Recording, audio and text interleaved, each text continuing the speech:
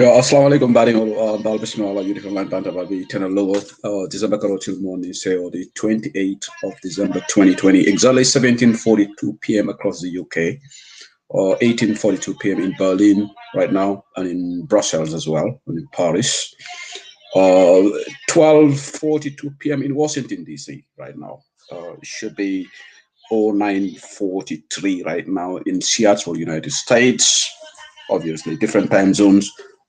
01:42 a.m. in Beijing, China. Bal bismillah UDP Online Bantabala Political Perspective Show program hotel on a bank holiday Monday in the United States, in the United Kingdom rather. Boxing Day, after Boxing Day, we have extra day holiday in the UK today. Mal Bismillah platform of Albedauda, Mal Kontona back and welcome on board. Thank you once again for joining me. That's Political Perspective. So Mel Mina joined on Yato Demand in Baltendro, Mel joined right now in Baltendro. Mafla Leko back. Thank you so much. Marimolo, the program of that Lokonka that in Yanerek. Alaman Dunani program kono. Bismillahirrahmanirrahim. Alaman Funda kono Alhamdulillah Rabbil Alamin. Mina kachal men sola jamia lon ko sike kachati mi alon ko asinde na fato na fa Gambia banko na fa United Democratic Party na fa. Be duani la Mario bul fanang prasen lengo tankandi kumul me alon ko sike masiba kumulti be duani la Mario fanang bulu. Me dua lantol fanan kilimo kilenge nga dua ala mama satalla sun su jare kende ala in sunna mo tumbulu ay jare kende ala mel man jare kende su mama satalla sa dila baw comme ka fu nyame wati Mario atle jare kende di hadamadi wala mo bukati famna so it's very important pour ko dua nyina bulu hadamadi ngoni man jare kende su de kula kala no ni dunia kono ko se die balita kala no so jare kende is absolutely important, very important. We always take it for granted. But the honey demanding kile mare ko mole kalonko good health is paramount. Is important. Paramountly important. So Kal tendo back Kal J platform auto now hopefully Christmas or festive period going on well. Na badin Christian or hopefully la Christmas or on well. We're looking forward to New Year. 3 more days before we welcome 2021. And Alamanga Funda kono Cairo kono 2021 welcome in Cairo kono. Tenko kono in Yirwa. Mena political perspective so la jam na demanding. Be in that vein also Sango Karitan in Fulalom. 12 months Tomando akataria molfi bara wato jam fadal karitan nim fula 12 months manke kilitan nim fulati nin doliye 2020 welcome man satala la demaro to ni wol man to jambi amanke control fisateti man satala la kerolom doron mel tata alamani manin ka forkele ebe dame moto je karla alama alay la jon sonendima alama alay la junu fol ka fariye so kumaya tele wati nga fo nyami ka do sabante frawole bawo jelo laban kula de ñun dunya ko be hadama de woni hamole ka trasiring me ñine kala la fita ñine la me ñine fenkela a be mu jikoleti bari fo jikobe ma fala rek man tatla la do ne wolon fo te the next minute be tar la baluri ne faté la baluri mo bu ko wolon a be mu jikoleti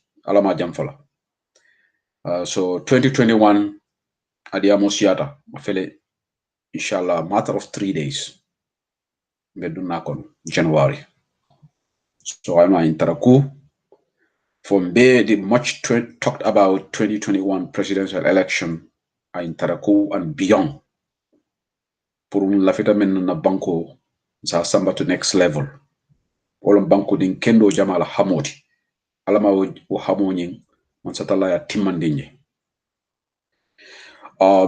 mboka e malo se hotela bismillah juri ko lay bantaba tay londi ñaari fukki fan ak juroom ñett ci wéri December dalen bismillah ci political perspective so programme dalen gërëm ci sen support bi ci sen déglu bi ak lu ngeen di follow programme bi continuously the ñëw fi the comment the share videos we have I will just say massive thank you to all of you di doore programme bi ak ñaan yàlla defal ñun ñëpp jaama defal suñu réew jaama ñoo xam ne tamit dañ faatu yàlla may leen algena bu sell bi virtual we have only 3 days to the end of 2020 at boo xam ne at bi métti woon na trop covid bi ci 2020 bi la ñëw lockdown be legi aduna bi mu ci lockdown.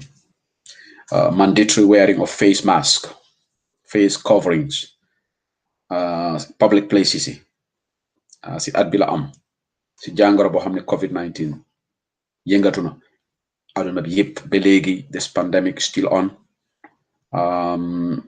particularly in Europe and in the United States.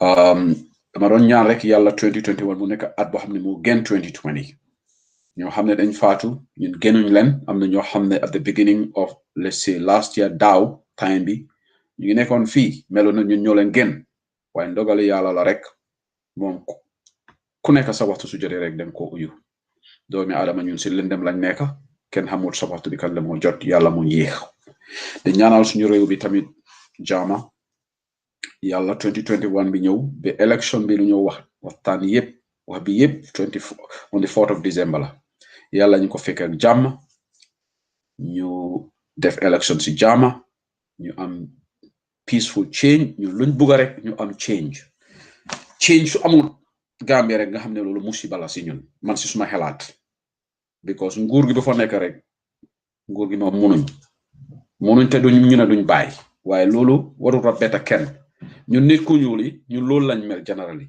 su munul nit ku ñuul su munul dara sa dafa forcer boppam loolu tax Afrique ba léegi mu ngi paan Afrique mënut a dem si kanam nit ku ñuul mooy def lii moom si boppam dina xam ne munuma waaye mu ne dafa forcer boppam Adama Barrow si boppam moo xam ne moom munut place bu nekk munut ko yore moom moo ko wax mu ne moom xamut moom he's going to rely on people around him waaye léegi place bi neex na ko mu ne man caaxaan lu tax ma jóge fii de because it's the privileges affiliated with the platform of the office associated with the office ñu laa fee xaalis bu bari yaa ngi lekk $150,000 bés bu nekk dépasse yow doo jënd yére yaa ngi toog si air condition yaa ngi am power sweetness of office ñu ngi laa defal national anthem ñu ngi laa escort sooy génna ñu close tali yëpp for hours neexaay bi rek la de du dara de lii moo tax Adama mu ne man lu ma mos nii du ma fi génna caaxaan du tax mu génna fii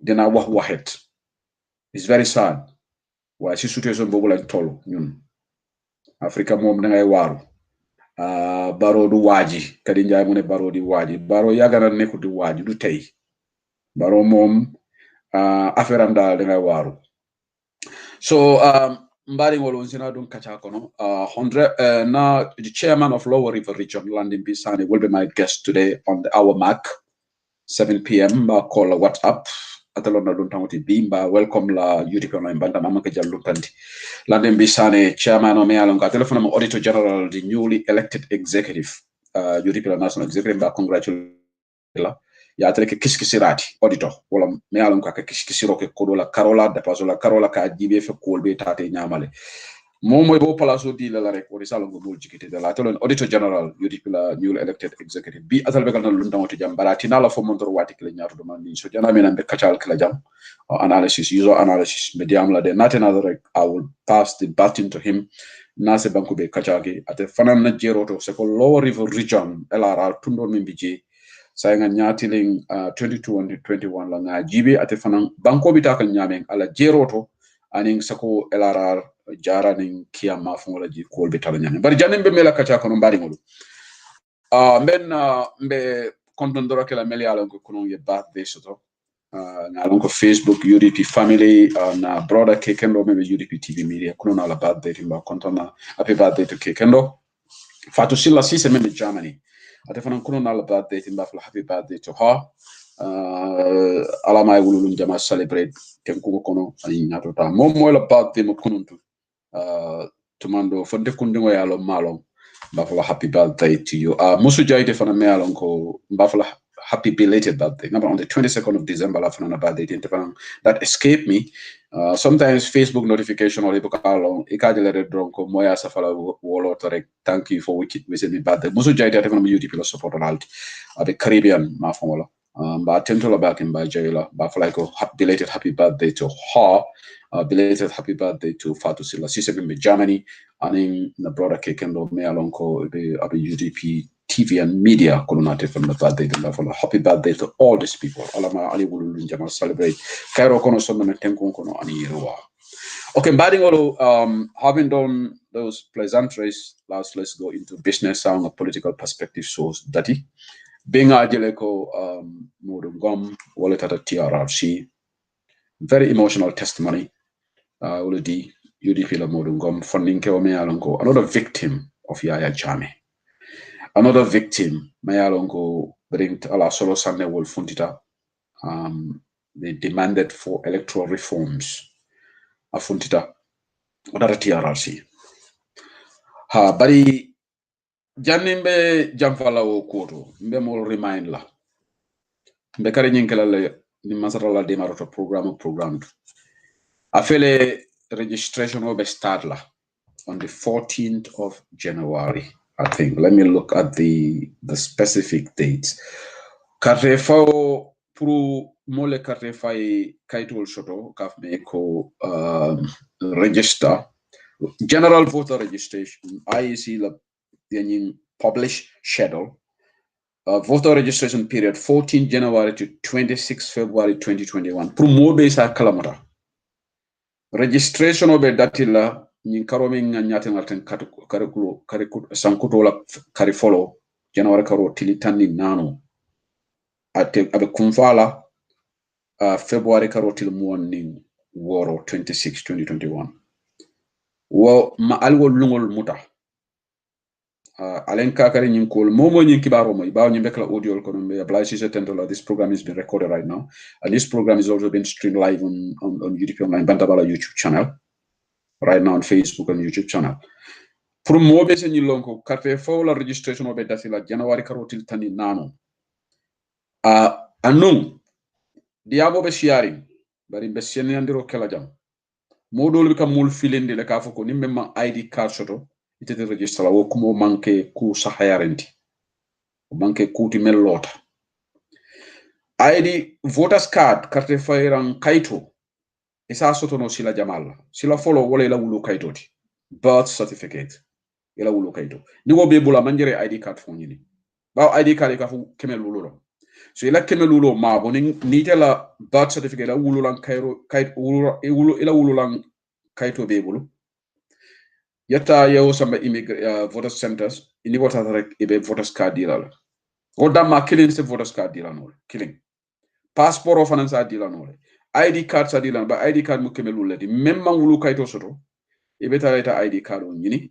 bari be kemel wulu kala passport o ni go be bulu o fanan se voters card dila no it's very important pour ngani seneyandi bawo mo jamale ka nyini karo ko kunum fon dolen kola ko nyeko molle ba fo ka ite atelaftara la gambia le proposely pour ka register so akonye ko mole kay ko nima ID card soto ite voters card soto lo kumo is misleading alen ka kare mol filindi nim alkalo fanan na attestation alkalo fanan ka sede yaro ko karimu banku dingoleti ha bari jede ajareta mirola anu mina dunnaji bawo tapale yal commencer lal kake adama barola man sekona bin benna programme datila wolto flow ni mbota modum gam lañi issue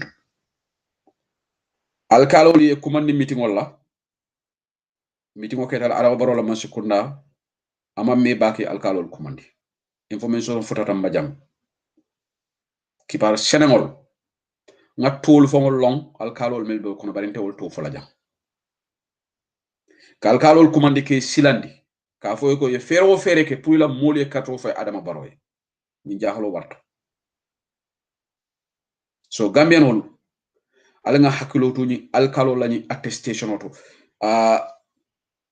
ngamera ferol be landi kan ne pour nga video clips ol deda ka fo luntangol ye dabonde na carte fay auto be ngajele molbe safiro la social media alu luntangol nyante dabol na carte fay ko to le luntangol ni sedem ko be la gambia na marché wolto in economic development also investment okay no gambia le nali siran kayto soto gambia nyate temo ECOWAS banku dingoleti ya residence permit so sino gambia le sino legally nal se don no ko bela al se gambia dingol futuno le tanati je bari mbal dani la kukilina we want to appeal to all foreigners residing in the Gambia. Let me say this in English because it's very important for people to understand. If you are a non-Gambian residing in the Gambia, we can share everything with you. Anything related to investments, economic development, our natural weather or climate. If you are legally resident in the Gambia, of course, you can open a business. You can register your business through the legal means.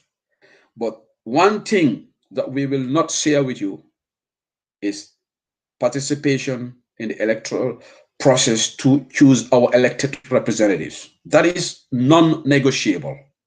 Please, we want to implore on all foreigners to desist from taking part or acquiring our voters card through fraudulent means. It is a criminal offense in the words of Esafal and the TRRC, and I'm just using that as an example. For anybody to try to acquire voters card through illegal means. And we will have vigilante groups. We will have Gambians who will be monitoring the situation because we know ourselves. Just like if you are a foreigner in this country, in the UK, they will naturally know that you are a foreigner. If you acquire citizenship, of course, the documentation will know through naturalization. That is perfectly understandable. But we want to appeal to all non-Gambians to not to involve in our elections. It is not your duty to choose who should be Gambia's next president. You have no business in it. And it's actually criminal. It's unlawful. It's against the laws of the Gambia for any non-Gambian to try to acquire a voter's card through fraudulent means. The reason why I'm saying this in English, because there are a lot of non-Gambians in Gambia who probably cannot speak our local languages. Develop a video and this will be cascaded on the social media sites, in the WhatsApp forums. Leading nañ def announcements in radio tamid. Let us safeguard our voters' cards because wax bi bari na. All of a sudden, am na benn jigéen commencé den am programme in Bantaranga FM la affaire identity cards of the fuller community. I have no problem with that. But why now? Lii defuñ ko on 2 years ago. 3 years ago, xana gaay amuñ ñoon problème yi kayit. Doomi any citizen, whether they're going to Pul or Sose or Olof, Njago, Sarahule, Jola, Aku, your domi Gambian, am the right pour nga am voters card. Lolo ta ñu nga am criteria. Ku am kayti judu way judu kay fogg na moy judu way bi I don't know, correct my Wolof. Okay, birth certificate. Why? So wala nga am identity card, wala nga am passport, wala nga am alkalo mom attestation mom mu wax ne yow doomu rew nga am nga right pour nga am kayit. But we can't share waru munu gani Gambia. We are Gambia is a land bo xamne welcome nañ foreigners yi because amul rew bo xamne amulo immigrants. ñun réew ñu nekk ni dañ nekk fi immigrants ba yàlla dimbale ñu mun a toog fii. No country can say there is no country which will have exclusively citizens. Loolu nekkul jaama sax because réew bu nekk da nga dee bëgg nit yi ñëw soo gis nit jóge réewam ñëw am na lum gis sa dëkka lu ko neex pour mu ñëw start business def investments in country bi contribute his or her quota to our economic development. Why dafa am leneen loo xam ne we are not prepared loolu duñ ko nangu tey duñ ko nangu ëllëg pour ñu allow leen ngeen participate in choosing who our elected represent. Kan moo war a nekk Gambia's next president wala kan moo war a nekk député kan moo war a nekk chairman wala mayor loolu foreigner as gan amuloo right pour nga involve te dinañ def ay audio or video clips for this message to go on because election bi waxi gan yi bari na te Amat Bah ko start. Amat Bah dugul ci election léegi depuis 1996 la Amat Bah form NRP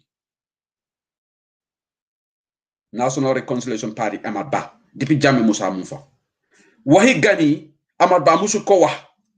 In fact time boobu noonu when he was on the other side Amat Bah moo doon wax ne gani waruñoo votal Yaya Jammeh waaye gis nga doomi Adama waaye tey di same Amat Bah moom mooy dem taxaw in the meet the people so mu ne dafa advocate for Gambians in Senegal waxut Gambians in the diaspora de because loolu nekkul Italian because he is not advocating for Gambians in Italy wala Gambians in Belgium Gambians in Washington Gambians in Saudi Arabia moom soxlaam yépp Gambians in Guinea Conakry Gambians in Senegal. Why differentiate?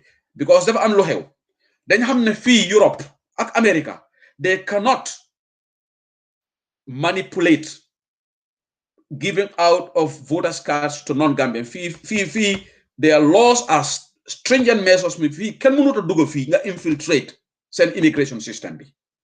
While Africa the borders are porous. Africa pour nga am kayit dafa yomba.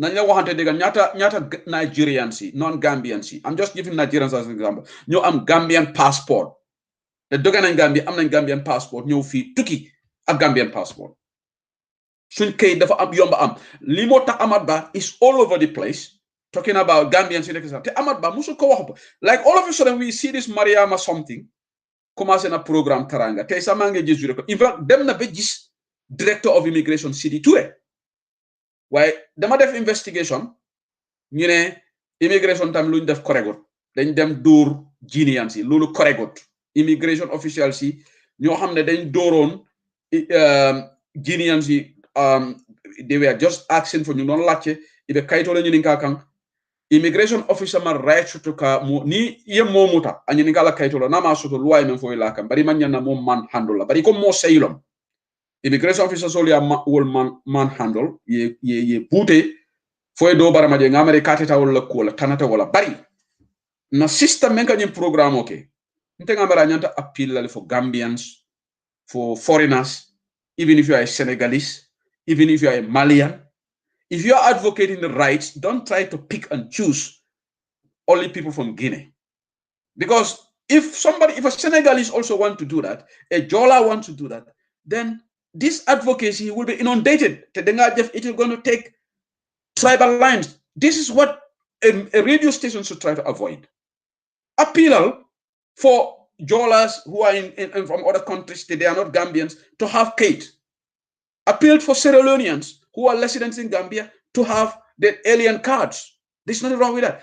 Appeal for Nigerians, Yorubas and everything. This is what should. But if everybody want to say, okay, ndemo manding quality, mbadinga malinkel Malian role member tanang Mali, nga wolf an advocate. Problem will start. So nte nyim programo. I don't know what is and you know the timing. Program started just after Amat Bah Wahambi and Tiana hell you bari. Why Gambians all be vigilant lale. Alinkana sino. Nying election o alinkana song luntangoli participate na election o luntangolo ni se den kuobe la Gambia kuobe wallahi ni dada Gambia ko hani mu luntangolo ni domor wato e taraji ba flene ko acha kayleka na domorola wo is that's a Gambian value me alon ko wo Gambia damalo west gante tata banku jamal teje wo jiko tejede Gambia damalo so konto wato e tara Gambia idunda ko da ko ne sa fo kayleka alna domoro sitale bari nalse den kuobela fo na kaito na voters card anu lunda ye dabulaji ninge muta loi may hand over to the law enforcement agencies and Gambian all we have to be vigilant alinkana tara dairy banku dingolu jang America lombang nima entitled to vote you will never vote in the UK impossible isa tara sirin jang if you are not entitled to vote, eba katro fay. Anyama mala fon yeta for you. But the Gambia nak anu nyimman sekunda Amat Bah ani Adama Barrow wala ben nyim mastermind kam. Ane bari mbed du no tole momentarily. So mbe announcement men kala jam. I have said this explicitly.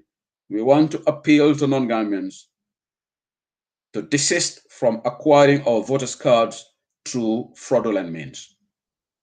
For whatever ulterior motive, whether you want to vote for the government, the Adama Barrow's party, If you are caught, we'll hand you over to the law enforcement agencies for the law to take its course on you. So this is an appeal to all non-Gambians. Desist from acquiring our voters' cards. I mean, like a pull, contact me and make this video. So now, I mean, I'm not already somebody have done it in Mandinka. I will do it in English. If somebody can do it in Wolof, please contact me. Nga def ko. Kado bu gatal rek wax bi dafa wara am saga. Warata am any threatening word like suñ la tiye dañ la ray or whatever. No, we are not that. We are very peaceful. Suñ la tiye rek dañ la hand over to the law enforcement agencies for the law to take its course. And we want to also appeal to immigration. Ntol natol le denta Gambia la. Sidi Touré na la mulu. Ale Gambia la kaitu ala preserve. Alen kakari betea fo betea mi alan ko sama se musiba samanang. Bi ika kaito di modola sama se lo aye wulula nen Gambia because of ay Gambia kaito soto yetala dimo hanin tolbe banko kan jamnam ila driving license isaje safoje Gambia ila hanila British passport Gambia originally and Germany and other places all these other countries wala biji ikafole ko you ite kaito soto le but originally bata jam Gambia fo nyanto introduce tale even in our passport ni naturalize nyanta fo temu Gambian olti bari originally bota nyim banko card purum sa lon na lalu ani darul abeni yabate be bola but Gambia men kata mistake leketa ika modolu je la mol kata nalalti but because of the Gambia ID card so say ye sisolu waron wona ite lansaro fo ngi neng mo jel lekal loje kan alfal nenga kibarol soto ko wolmu nalalti mo jel le soto fa jang Facebook olto nga kibar kono soto jang ko wala wululal natale. But because we don't have this provision, and I think when ninga change of government, we need to review our immigration system. If you acquire a Gambian passport through naturalization, they should ila origin ipota banko menga nyata la passport. Sa nim police oli yemuta. And no that citizenship should nyata ka revoke. Ndola jam. Your British passport and ngalo European banko beto. Doesn't mean that it's the end of it. Near Luatinya, they can revoke your citizenship. But in Gambia, we take our citizenship for granted. Mistake all Katambule, covering the First Republic. Molka Dunanim Bordala. And then I'm more the member than Casamas, Mbe Gambia. Casamas, definitely about Casamas, Lanata. I said to the Gambia. I drive him Ninja. I see that I Gambia la passport soto, I Gambia la ID card soto. This happened 10 years ago. And we need to review the documentation. The new government nata. We have to even passport near Gambian citizenship. It's as if yes, imo Gambian leti, but originally from Guinea or Senegal. Woman get discrimination because abe Europe janne. And until democratic nyaonya, ma Western powers will see. Ma America see. Ani Germany is a third generation, second generation. Melbe Germany, ale nyolone. Is a third generation. Itemo first generation citizen, the third generation. Nimbe puru na nyolong. Because ayabate ka warale. Okay? Ajabate ka warale. Isa je moli na ye kol kajan. So, bari mbena duna nyinkaitu kotole. So what I want to say here is let me address Modern Gomla ko briefly. Dole afako even in America wala beji. Most of the developed countries wala beji. Because wali la citizen soul ye bunyale la citizenship or indigenous soul even in the US unless you are born there. True. Wala be US. Thanks Baxal. Thank you for Pat Lamine as well. Right? So monam problem on this. So let me talk about this. Registration of the starter. Ale funti ale kaitolu nyini ale funti ale voters card nyini ale nyin kibarol janjang andon be UDP la grassroots politics nga acknowledge la yayo be kekang banko kang ko nga parti da be banta mamadou sabali wol biji mol diamata ji alhamdulillah alaji estabo senior administrative secretary of UDP Brikama Northline PR the fanam be Brikama grassroots politics be keka UDP le we are definitely connecting at grassroots level. So this is actually positive news for United Democrats. So in voter registration, Lungol Alkananyana, January karo till tani nano kata February karo till mwani woro. A provisional list of voters will 15 to the 24th of March 2021. Objection and appeals like ibe kaito ibe saratol be jele pour ni momo koko mole to be nyin kaito bala bari register bala o manke Gambia ni ka follow objections pour appeals go be kala 15th to the 28th of March 2021. Sitting of revising courts 5th of April to 3rd of June 2021. Diaspora voter registration the 1st to the 31st of July 2021. And let me make this clear. Ngalongo model they are not they man IEC trust, imam secondary trust, and I will not blame you, I'll blame la. But inga kibari senengo soto ko from very credible sources. Ko ye kodoni ya sign le funds ya finkel IEC la mulu sign they are ready to come to diaspora. Nani kibaro soto and no me kibaro dinna is somebody me alon ko abaka mislead. So nimembe la yela ndemo frosela but credible source namen soto this person aka information on membe na so far man kiba de na me alongo is found nsafako akibaro is false so nte believe tala kumola la konye ko ye fonde ni release le kodo so totale pour IC in fact they've already identified teams mel nyatana la Europe mel nyatana America so tomando IEC will come and announce this but so nimmel la fitala Gambia for registration ola in January you can still go nimmem fana you want to gamble and wait for the 1st to the 31st of July for them to come here and register, fine. It's okay, no. But voting constitutional referendums I was hanging in the balance. Nomination days 30th October to the 5th of November 2021. Public scrutiny day will on the 6th of November 2021. Last day for withdrawal of candidature 26th of November. Come in after Lola President after withdrawal. The deadline last day because 26th of November day. Campaigning period of start 9th of November to the 2nd of December. 9th November to the 2nd of December, official campaigning period.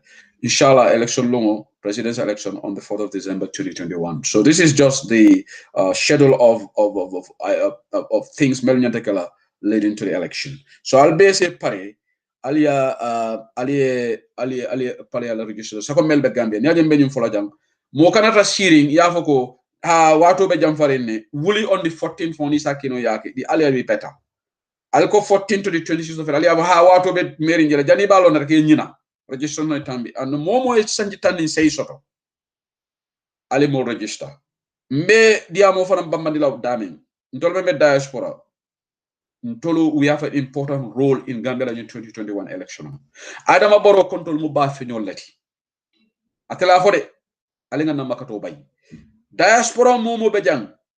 100,000 diasporans, for example, you convince 3-4 people, that's 300 or 400,000 votes. Ngaji be nate mo soto. What whether from Bekala Bafino. And the momo bedang at least is a more saba, minimum.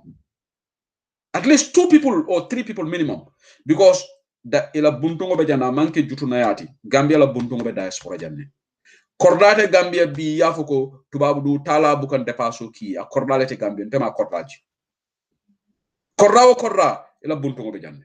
So mbari ngolu alinga na mall call nga diamu puru ye funti ye kartewol nyini but most importantly fanan ye UDP senden to ya puru nga Adama Barrow fa sinyu land NPP ngolu amanke forose oti aliena bantaba. If you don't want to listen to us, please get lost. Okay, get lost. Amanke forose oti prale na jam. That's the message I have for you. So Kaijiko is very important. But briefly, I have got 43 minutes joining against me now. I'll try to judiciously manage this time. Mbekari diamla fana UDP la 5-point agenda la bakele. UDP la 5-point agenda. Oh, now light ni turn off. Hold on.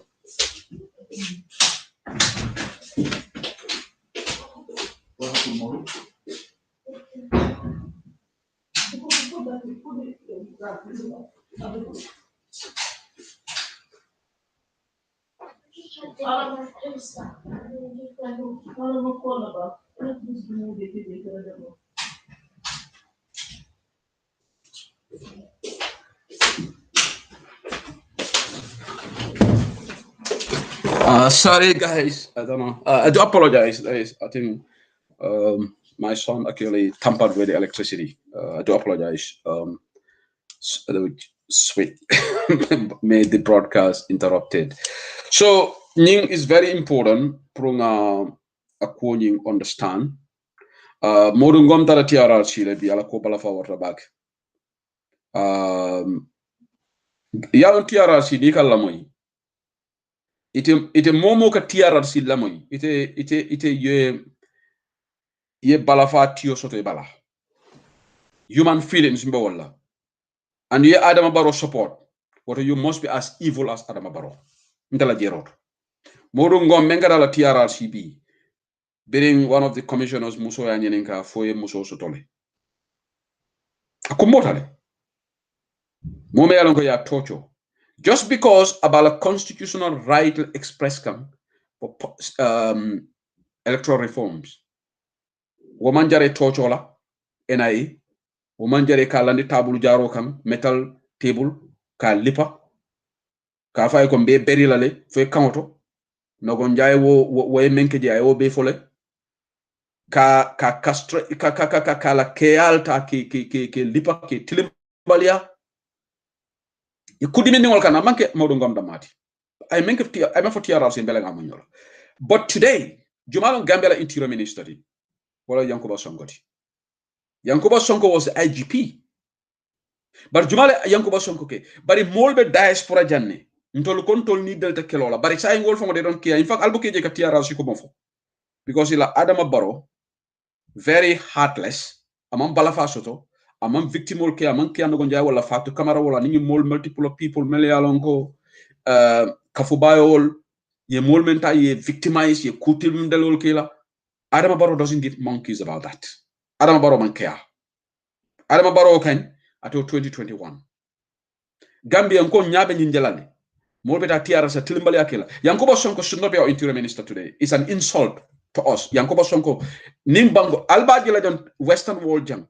Jumale bekala interior minister ti ite buloman senea. Bari molle kata diaspora jang bari momo be diaspora jang ka Adama Barrow support. Wala ite be tawunte yalla. Because ite be tubab du banko men kan jang. Adama be men ke kan Gambia. Abe kala Western banko jumale to. Momo ka Adama Barrow support jang. Adama be tilimbali amen na Gambia. America. Momo ya lon ko ite dunda victimization ko ite tala America la cabinet. UK jang. Momo ya lon ko ibulo be noring. Ite kala ite tala cabinet. So why ite be tala Western hemisphere?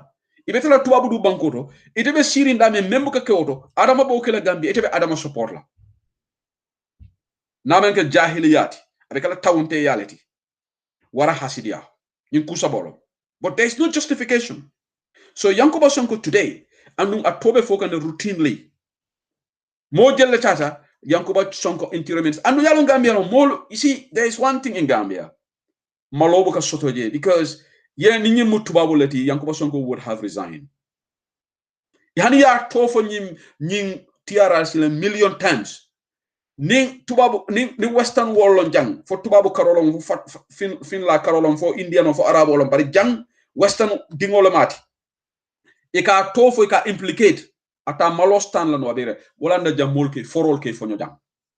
Bari ka Africa la jese mo tofo ya tofo kuja wala karola abu cabinet ministerti abu public officiality wala fa aka malafasa jaketi aka siyo palaso. Dolla ko bala fa warta. Bari fente Adama long because Yankuba Sonko ma fanke ministati. So it is very painful. Wala nanko inshallah being commenter ay Africa la pejo tole. Inshallah ala se Adama Barrow busa. Abe kala wato mena ala ba busa la Gambia wala ko la. Papi traitors will call ta wo call ke palasoto. Victimol be kumbola. Mo be Adama Barrow fasala wo mi la affaire ta fasa but inshallah ala se Adama Barrow punish janna janan kube kala. Fa be kala nyala fate kala nyala wallahi Adama ala se kitiote ani Gambia no tim. Ni wuri ba ni ñing crowd ñing tantan kosol ning ka dindi wol ranse just do it. The end justifies the means. Ibe tilimbala ke kan Gambia no la Yaya Jammeh Musale me alon ko wotumo amira he was untouchable. Yaya Jammeh ka lole ka foko ni momo e maja mbe sambala 6 feet deep. But Yaya Jammeh hayna be halakring Equatorial Guinea. Abama fo ban deleta a man hani ka dum banko kan because among ku kendelek Adama inshallah membe kele fanana mba dangdula jalale because it's very painful. Ne modu ngomol dolje funding ko tilmal yalla men ketela gam banko kan. Today they look at their perpetrator Yankoba Sonko as our interior minister. Is that not an insult to us? Amanke nendiroti pu Gambianol. But the more lebeje kaka Adama Barrow support. Tilimbalia, jahilinda ya ignorance. Complete ignorance. Taunte ya Adama Barrow momo yalla ko amankende ya jiko soto. Adama Barrow mu jamfantunde wala no kunum. Lawyer Dabo Diamuta for the people by the people. I answer mendi wolom. Diri ya nyirinka Adama Barrow lo nyinti. Adama Barrow la ketateng akata deputy treasurer. Iko nga marfo ay wuli lulele contribute on 5,000 wo fon berakata America la da berakata America anyata la tripla.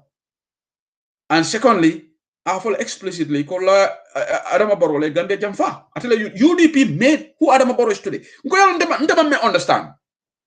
Jumale be jang itema nite banke tawunteti or you just want to argue for UDP le Adama defo Adama UDP ke Adama UDP made Adama who Adama is today. Jumalebo contest la no. That is non-contestable. You cannot contest that. Nita Maria 5 common sense sort of UDP la barako wala jita Adama Baroka. Atata lawyer dabo ya foko alafita UDP hijack la. Wolmanso. Kuya start. I start ke bay. Because after UDP ya ke flag bearer. Anu jumale fa nambo so jam. Adama Lota State House le ako President of UDP lati. Number 2 move UDP lati. What more Adama was vice president. Number 3 speaker UDP. Ako UDP ngo ala top na la sign ko denk. Akate la nyante kala ate moma nyana lola fika ke flag bearer UDP. Si kawlan hana yow ya mom parti bi. Lolu nga mer, lolu NPP den ko sampa si kaw mer. Kam fato parti lom. Itate kam fato itata NPP lo. Bari me importanda abe victimo le kumondi kan Gambia bi. Nale consent sort of NPP supporter momo ka Adama Barrow support. If you have an iota of conscience and you want TRRC, you will bow your head. Ibe kumo dundila banko kono in sand. You will definitely bow your head in sand. Iba dundila banko le kono because malo betero malitio beto. Adama because ntolu nga yaya jambe bondi munela. Nyin nonsenso nyin tajirenta ya membe keke na banko kan fo mol fata frewol jamale lata Gambia mol niol kasarata ye mol bute karamuto diningol 2000 April 2000 karamuto dini tanni nani wala fata so many victims of Jame so falindiro keta Sierra Leone president me ngate mo kede way falindiro kala the top echelon mo kotol be ay bele bondiji ay la own people sabana and ñun tawunte o ñila lota jang ako ate enough capacity sotole ako ate man sula APRC la hanim jamel hanim okilina atada mamboure njay ta ke finance minister c'est Omar Faye defense minister Tangara foreign minister Adama Barrow ko kumo fa ka lahido timandi wala nante maltala ka foko ninga la lahido burka malay mo ne lawto bari ye lahido men burka ala be busala wala le na sotala si busa mo dole nyanta kan lahido fela ko jenaba masi men fo Adama wonte Adama ma nyana lahido kumo fola dala mo dole nyanta lahido fola not Adama Barrow do Adama lota janne ko atema sula jamela molla ba tude jamela molla be faringa la cabinet wolle kango men fo so de mo ma so de Yankoba Sonko fana mo jamela IGP letinu today is a James atelona interior minister so modu ngomba fola massa alama kobe sonela alama jaralo soto is very unfortunate but inshallah alingana together ngani man sekunda furingo na bay diamulal melka Adama Barrow support aling bulay let them make their noises on social media let it because ila civic right law momo la fete you want to go against lawyer dabo la kende ya TRRC mol ko for every day bi modu ngom yemo fo TRRC biri muta brigade magistrate court jumala tati represent je modu ngom la yafo anon birin solo sanne me fontila political parties all near for any solo sanne kanya they all back out at the last end. Ahmad Ba was among the people. Ahmad Ba, the biggest, the loudest mouth today in Barrow's government. Mome yalongo akaka sadawda kereba jawrale disrespect. Yalong Adama fongola man sekunda ibarako banta woleto. the first president of the Gambia. Wala na kunu ngaje mulba la letter circulate kan social media. Joy Goswell la letter circulate, Karamba Touré la letter circulate. Sadawda Kairaba Jawra ni Adama Barrow fo ni momo ke la ika Sadawda disrespect le. Akamata sangoni banko. But Ahmad Ba wo ka kufanne. Ahmad Ba ka kufanne. Ahmad Ba ni palaso soto ma yilla ka waso so say bungimal membe lolo. Imagine the environment minister Diba, the other Diba, Lamin Diba for Lamin Dambu Diba for Tala for the other man, maybe NCP. So I definitely care I don't borrow la press sigati. All right? Wofane Bubakar Sidiki ala bunjango jela mello in 4 months. 4 months, Karinani. Bubakar Sidiki ala bunjango African. Bebe bunjal lolade. They are all building nice houses because they don't care about Gambian people. Lopitano ton kajele women's life matter every day. Ibe musul maternal deaths. Musul menka ban tingoto.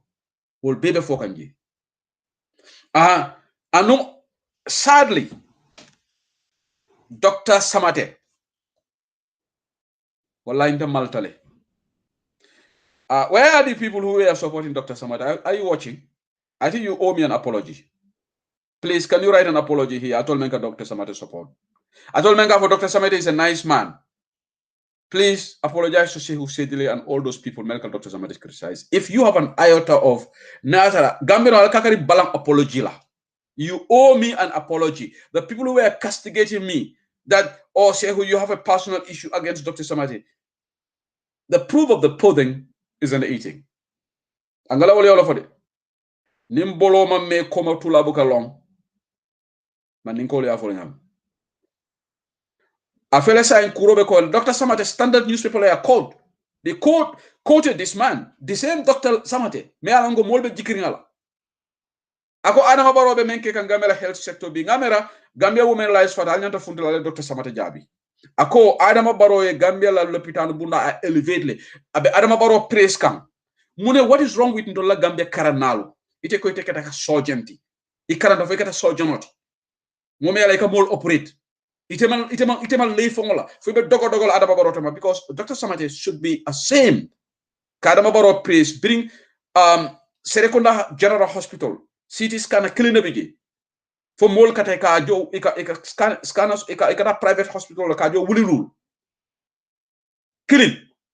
Musol kunum fangaje ko musu dole banta Brikama Hospital. Ni sango kono musol men banta tingoto Gambia countless. L'hôpital ma bori kende soro ita wolo basi health center body jang. Ni dala Brikama Health Center. Ita da public hospital so ike bulole ke datu.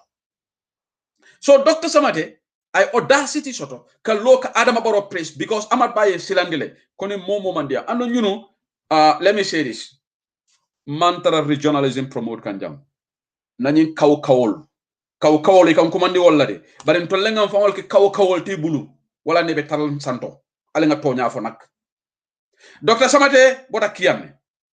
Afela be dogo la. Mambure njay be siring abala njambur mutala. Altaja la nyin toto. Tangara abe siring. Bailamin Job, abe siring. Defense minister, abe siring tick. But Dr. Samate had to go and prove his loyalty at the expense of Kakuma for Mansoto. Atolong health minister ti.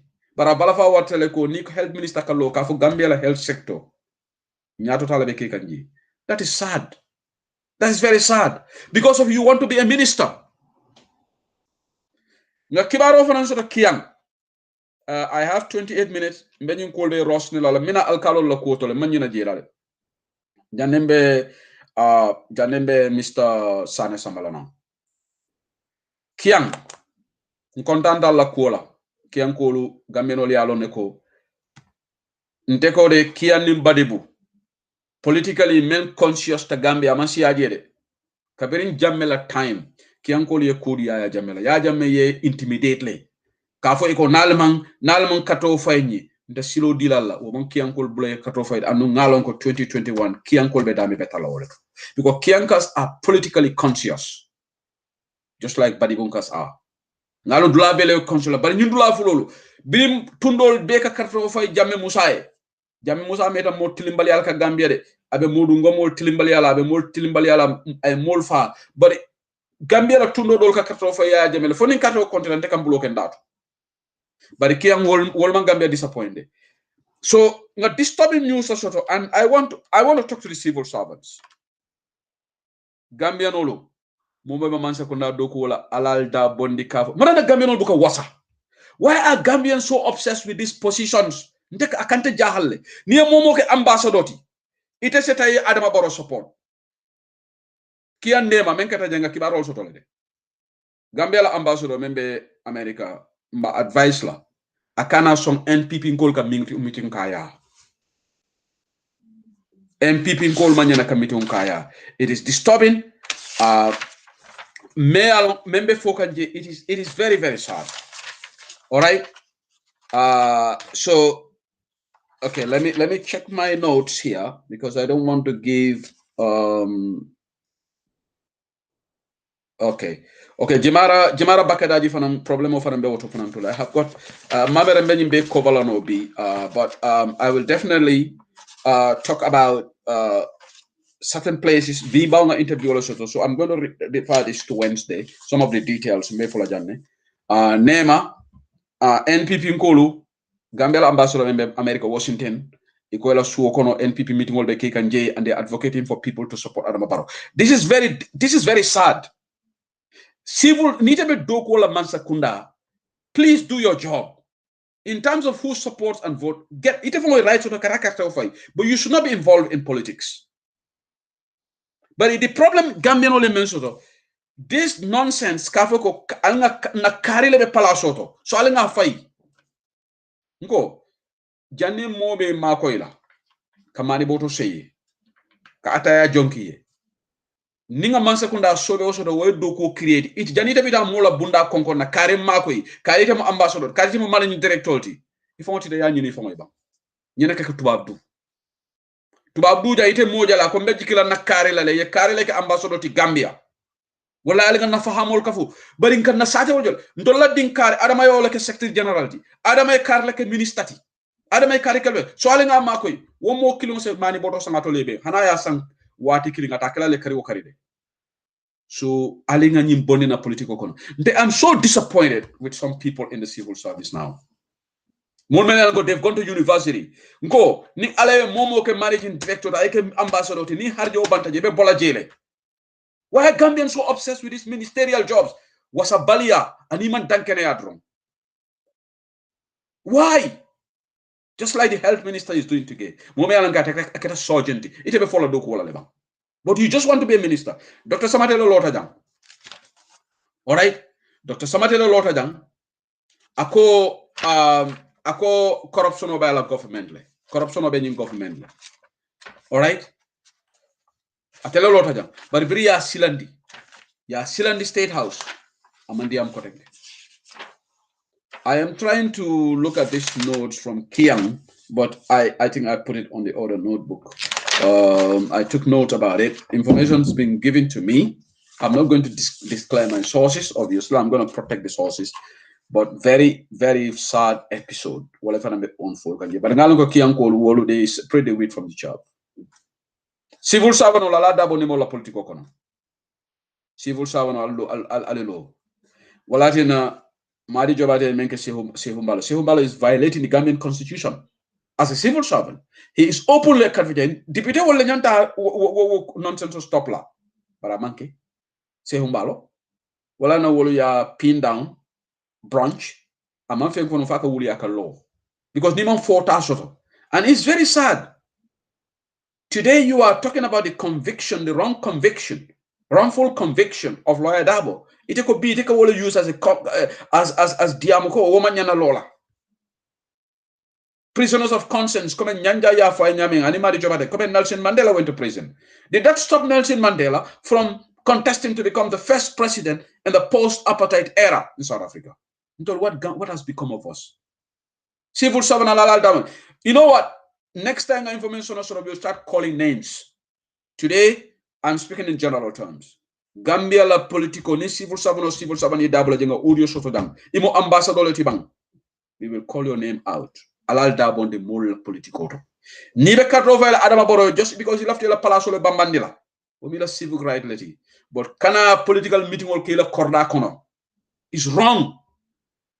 is wrong. Amanyana kela. And ni UDP le ko be meeting kela korra kono bi ite sonna. Because Baba ko ni Adama nyimo abe bayla na pala soto. Nyimbe mu gambenol bu ko wasa. Because hadumol le ka wara. People want to be greedy.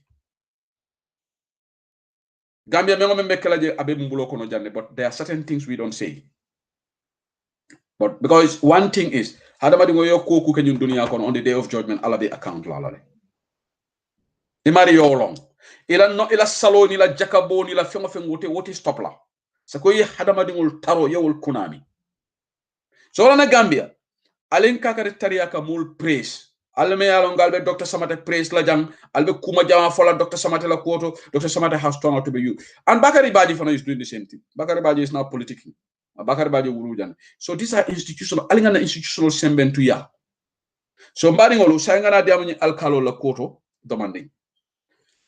Nga kibaro men soto alkalolu ikoy alkalol commande meeting wala ye commande alkalo dol fon be je wol malang first day britata e man fem foy fulan jango ikoy ko ngal commande menna ali adama baro sembentu ya kebe nani talulu ikoy yole dila tato ni nato la paso $450.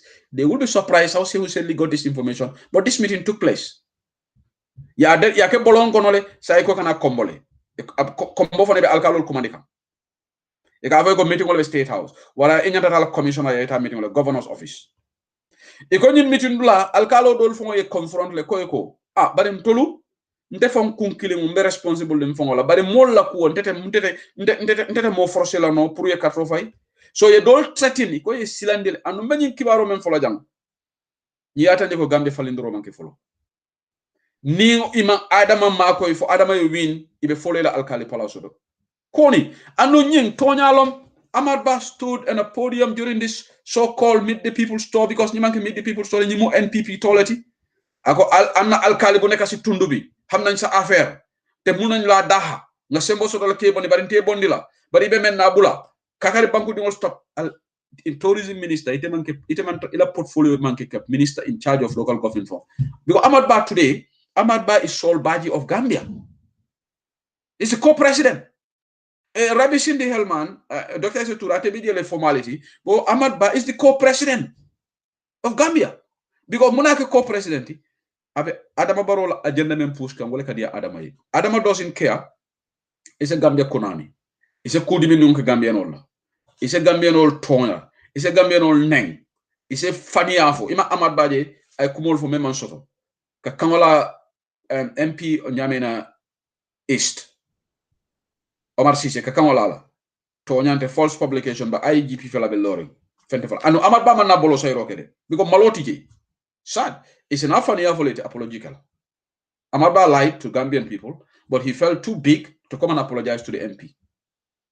All right, so if alkalo commande so o meeting like alkalo dol ko neko ndol be mona kela say mola anu let me tell you one thing Gambian on mbali Ahmad Ba mena alkana sila alkali al intimidate alla carte kosol mal taleti alkali membe baro Adama Baro support la anu ngalo alkalo dol wolte kato fel Adama Baro bari banku dingolu alkali sefolu mar right soto kal intimidate go jamano tambitale wotu ngolo mol kasila ni konsimbalo na ta ko ete danku sefola commandant kunna mobe sesila bar say wot jamano tambitale say mol la jamano tambitale ali alla kaytol mala kaytol ti alkali fo manyana fit soto la but this is very sad.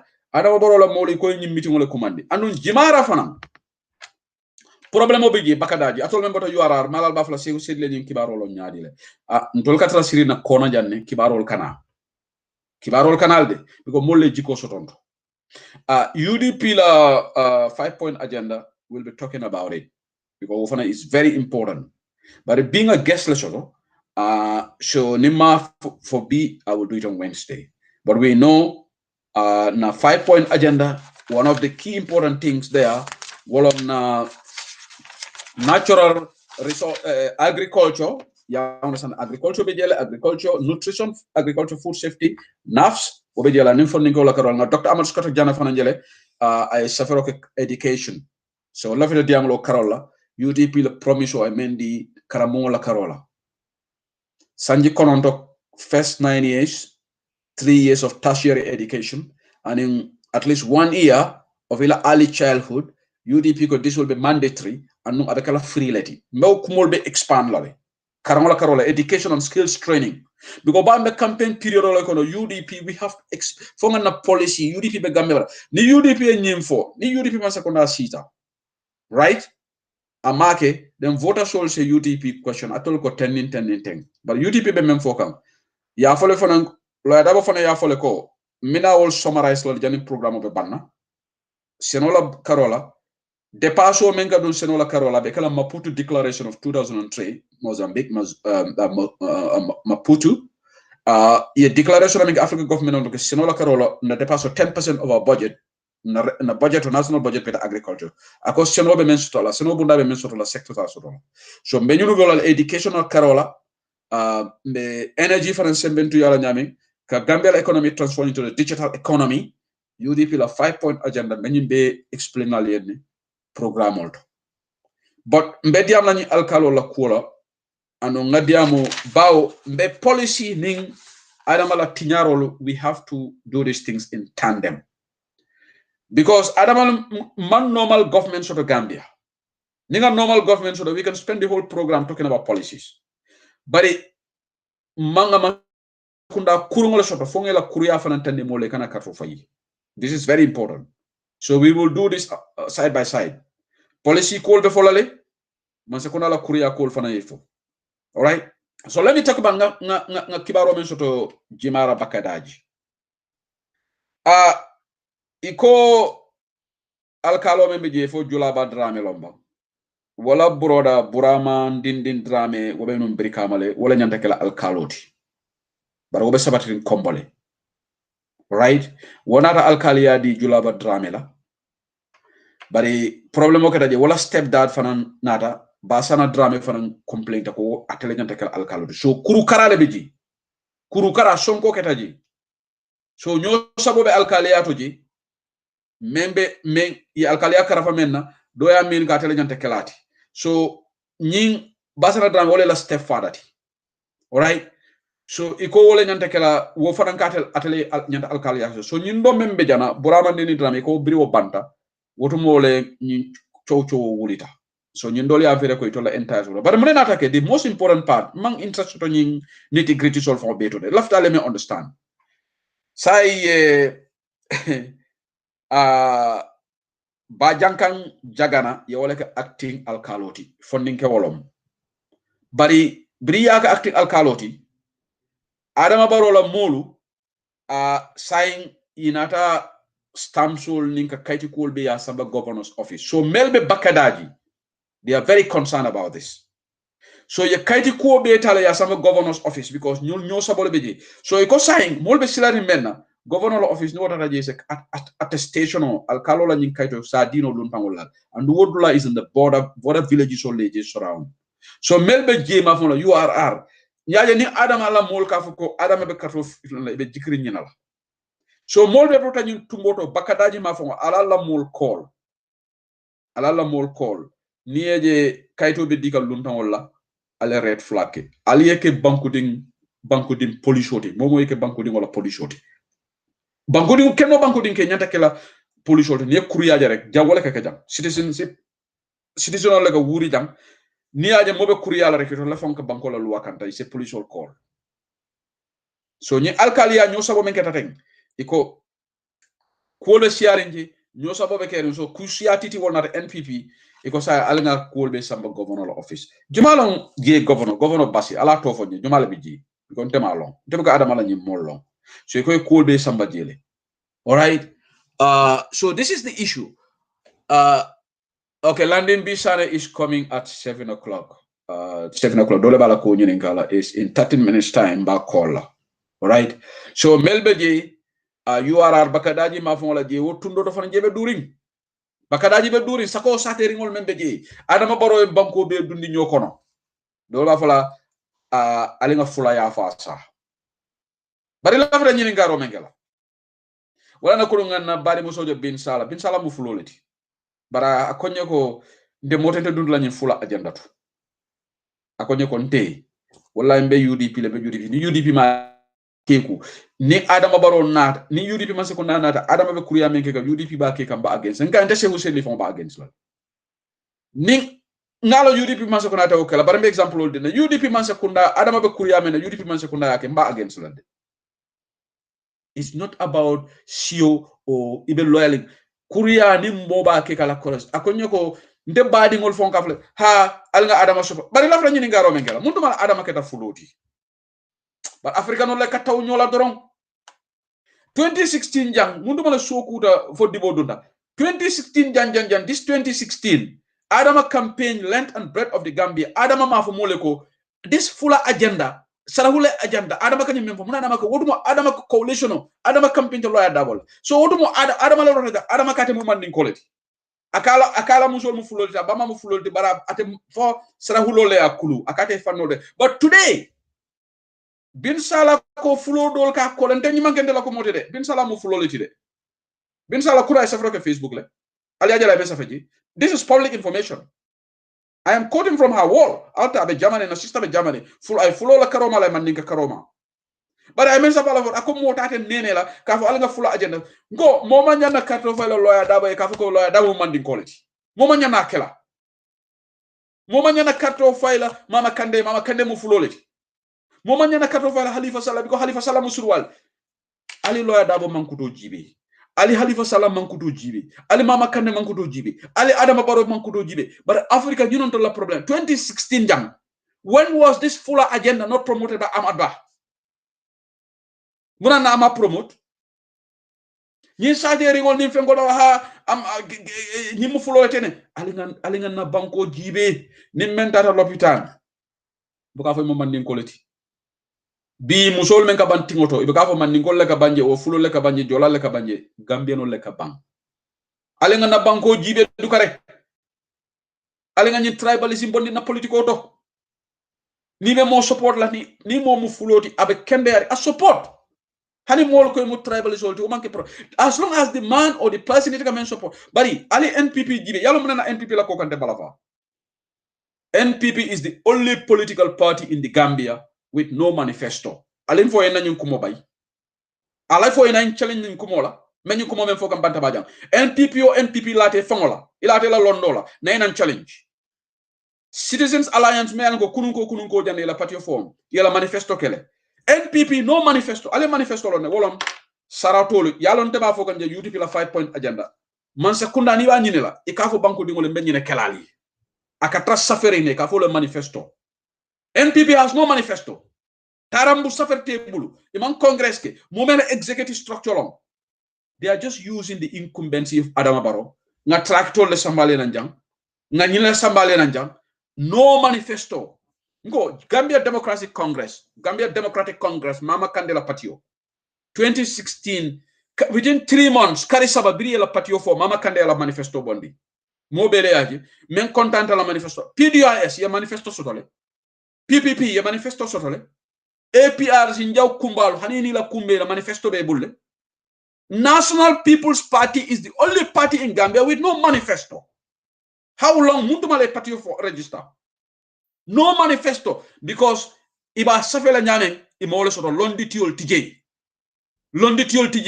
Jumale be la manifesto safara foni data Senegal Macky Sall ala molma Macky Sall mol nyini wole safaro kay yewul jokko do wole ne la manifesto safe wala be kala like ndama mola di NPP men c'est la manifesto safe fona data civil sabanol juste wole asafay but NPP la ñim political high right because ñu advice sol même ko anglais kan correct ngo fono wolbe mun good sentence la construct la no kan manifesto safe not Sehu Mbalo not Siaka Jatta not Dusano jumale be manifesto safe no NPP la mol ko na tije there's nobody there. So no wonder ilanyu diamulal member diaspora jam ali manifesto bondi molye. When are you going to release your manifesto? Ba atol gal karantale janal bal fafana ali dal manifesto bondi ala release. You cannot ask Gambian voters ye kato foye itama manifesto bondi agriculture mona bakala la policy ñi NP ñi man sekunda manke NPP government Gambia la ko londoron afele meet the people store Adama Barrow ya beke politique round député wol be Siriba Jibela bari nin Gambia mu banko doti Adama Barrow should be impeached.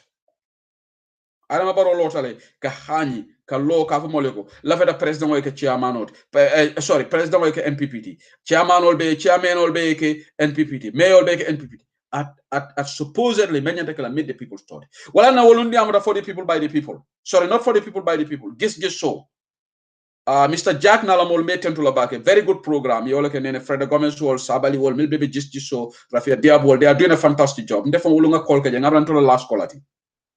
Because ila foila bad drama boy dole be jebang. Iba fokanko, yalongami, alinga nafika yabula. I have 7 more minutes. Me nyinkola me 5 minutes tala la time out na call because for my point all bang. Just so la nying mulu. Gambia monon do la problem ti Gambia ko bala fa warta iko Adama Barrow do na anu ye momo jabe nafika la ka Adama Barrow support al diam kilina bela de e kanala ya fako ni la Adama support le bukana directly de e kanala indirectly ali diamu nyal cross ye momo jako but Jawara used to do this Adama Barrow support mainly mu Barrow support alati this guys Barrow support alalo but e buka hani ke fangol tandi why can't you come up front here for the NPP le because it is an insult. Gambia monontola problem. You cannot be an analyst on a talk show. Ikafoko Jamme Musa was doing politicizing this. Okay, let me ask them this question. Because time OTG. So Yaya Jamela government was corrupt.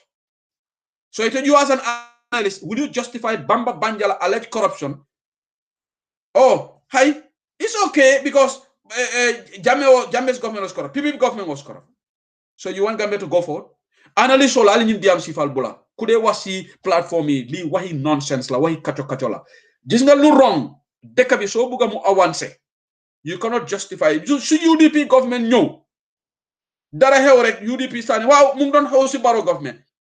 Kon UDP bu ko ta dem Gambia kanam de. We cannot validate those things. Wow, because mu don xew ci nguur ba. Because luta ñu ngi laccé pour ñu rule Gambia.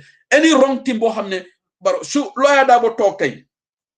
Momu gena na fi ako Adama Barrow la dépasso $150,000 per day la da bona taka $150,000 is mo ba fa la bari la da before you president tele ñi ndiamo ko jan and Gambians would be right to say that right wala na la da ba promise di bring an interview akunu aya repeatedly for the people by the people ako atela dépasso amo need aka kuchal mendomo aka nadal mendomo aka la domorol mendomo aka la dépasso aka men sabi say ate he would be content with that ayo fole ako kanyanta temale and I statement for Gambia bela amoide so na sita keta president Gambia no ba join la but just show ilaw analyst all melial ko afay ko ba sambalom bang he is a pseudo I'm not having a go at him but immediately the guy started talking I could read that he's a Barrow sympathizer and you know what you cannot go out and say to Gambians because Gambia we want to change the narrative change has to happen somewhere if Jawara government Jawara Mafabuka political dunijede, but it's not like the trend, the rate at which it's happening. I was young at the time.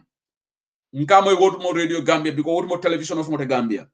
Jawara la bengol to ala minister leka diamo ka anu bengo beng ika mo kiline kumandi ay national la problem of Jawara la time every meeting people say itata dawda mo kiline sina ay banko tundo ñing isaba ndolo sulata jiol la ndolo man kuran soto ndolo man ñine soto ñine ka Jawara. So it is disingenuous on the part of any analyst or any pundit ka Jawara la man sekunda this failed government Adama Barrow la ñim bekete NPP toilet Amad Ba the loudest mouthty and he is the tourism minister ndolo ba jogamola aman diamu tourism la karola throughout this tour afele moli ñatlin COVID-19 na COVID-19 effect on Gambia economy will be enormous.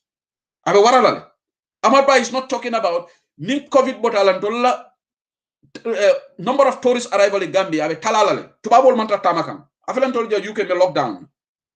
Ndefele lafta tamala last week mantano. Lafta bola jang ngana ticket for some mantamano. Right? Nyata tamala mantalantata for nyanda flight book mantamano. Ye mojama le flight book sisla ya la flight book le kata sisla ya la flight book le kata Senegal amantano. The world is under lockdown. So tourism will be seriously hit. Ahmad Ba nyanta diam la ñilal. But Ahmad Ba is talking faka Jawara di insult. Aka Jawara ne. Wala na Batamba Suso ya jabi. Batamba Suso kunu ngala video siale. Adama Barrow Ahmad Ba be Jawara nenna. Jawara do ko menke Ahmad Ba Adam Barrow la Masekunda nata rakela. Not in a million years. And you need Jawara Nanatata at the same level. Right? But this is the problem. This is the heightened level of foolishness in this government. So, Ndol Pondit Sol, Min Ani Afengolu, just show they are doing a fantastic job. And look, they are ila program or content, mark improvement. Okay? A kafutale. Wala nila audience space is going up. Mojamalek ila program of diversity. They are very good. Sabali will join today. Rafi Diab Daba Malik, or even Daba Malik, I don't agree with him most of the time, but they're all doing a fantastic job. And I must commend them. Mr. Jack, Ansu Jack is doing a good job, right? And I must commend them. But one thing we should stop is Jammeh Musa have corruption, that led to the formation of the constitute for the Adam Barrow government to constitute the Janneh Commission, even though Janneh Commission nata kele nafan tangoti. Fatala, wasted investment alone, as far as the governments are concerned, because Melio Kuriake, they are still part of this government. You're more than punished. In government man business, still the government reneged on that. So Janneh Commission, 15 million women stemmeje, Jamela Tractol me wafitan everything moment. So mone na take problem. So momo ka diam platform auto. Please alinga bulaka foko ha Jawara la Masekunda ka political kele. Nin jamme ka alinga stop. Alafu Adama Barrow ya stop. That is not a justification. That's why we ushered in change in 2016. But if we are trying to justify Jamaica, then, okay, I said something, even though that example is far-fetched, somebody consider it's far-fetched. Jamme Musa ka mol fale. Wole TRRC samana. Ka mol arbitrary arrest. So will this Mr. Drame and anybody else justify, okay, Yaya Jamela Masekunda is killing people, so Barrow's government should kill him. Let's stop this wayward way of thinking things. It's just bizarre sometimes. Well, in Gambia, we are at a standstill because Moluka Kurial justify. Today, the Justice Minister Membiji, iko file more the Inspector General Police, Bamba Banjala case, iko police all nyanta menkele market. They are not satisfied with the police. IGP Mamour Job. You know, they are not satisfied. They file more back to the police, right? So, if Nila the Gambia Tanyato, alinga stop. Ni UDP mansa kunanata. We cannot say Jamaica nyineke Adam Barrow. Wala na lafta fall in the roller. Wala tina UDP mansekunda cannot afford yafoko 300,000 if already la lawyer double la clothing allowance. Because no okay that they go to the criticism Barrow would not be fair. So fall in the roller keta doro. You have to depart from it. Kurial membekeka. Alkalol ni sefol manyana dunna na political kono. Lawyer Dabo nabita la presidential nabita meet the people so I promise on a dide. Bring our interview. Ako na take the president. Aninga la technocrats mo dantan nebita meliale nyanta tala. Mbele nga moide Gambia mbe foko audio to lawyer double nyin for bring our interview no last not new weekend no on Friday mentamita on Christmas Day. Nga interview le audio bi jere ni sana jajo la interview UDP TV media. I follow ako. He said it. Atal kate failal. Ako atet nabit na leave for soto. Wotuma la bita UDP campaign la holiday period anaba announce le ko ale leave for wo ay nyanto soto. But in Nigeria, lawyer Daba Mankuto, in a couple of minutes, Melande Bishana call because time was Italy. A couple of very lawyer Daba presidential. Alinga Tonyav, by vice presidential. Alamala ke president. I feel now can go be lawyer Daba presidential. By vice presidential. Abuka Mansakunda la motolu use Nabita UDP campaign. Nimu Mankuto Kendeleti. And people go alchemy the Beofolabam. No. So, Nim Pondit Sol. Radio to melka dañu talk sur itol fonction da itoleka programme itoleka kulbe tina because ningo me barola kurial justify la it's neither here nor there. So Mbadingolu 1720 it is 1902 in the UK. It should be 8:02 in Brussels right now. Malton Tola, thank you for listening to UDP Online Bantaba. So Mina Minekela Dang, some of these nitty-gritties. And Alaji Bambo welcome la UDP. Tumando Master Wednesday. Alaji Bambo is a regular caller to UDP Online Bantaba. Nga safi post to the kunung. Alaji Silala to the Italy. Abenun GMC la ko saya nata UDP. I in contact and Mr. Kante, member Italy. Yam contact Alaji Bambo Kusa joined to UDP. Welcome to UDP, Alaji Bambo. I'm sure you are listening to the program right now. I call Kajana Moja Malkara de Amome. Abe Italy Milano. So I joined to UDP. Nga page out welcome heartily. Join me in welcoming him to UDP again. Thank you for choosing UDP.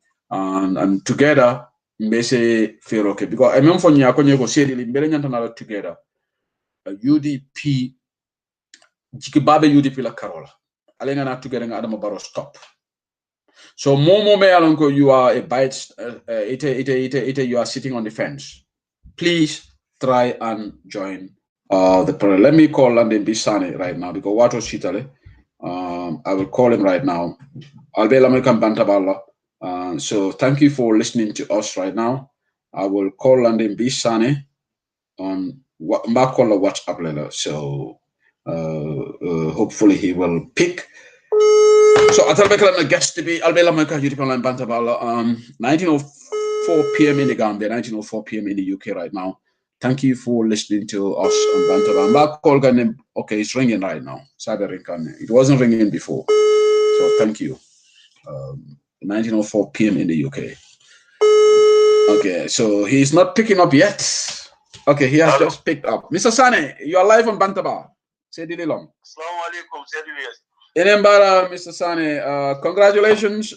Bismillah program and congratulations in being elected as the Auditor General at the level of the UDP newly elected executive. Bismillah to Bantaba.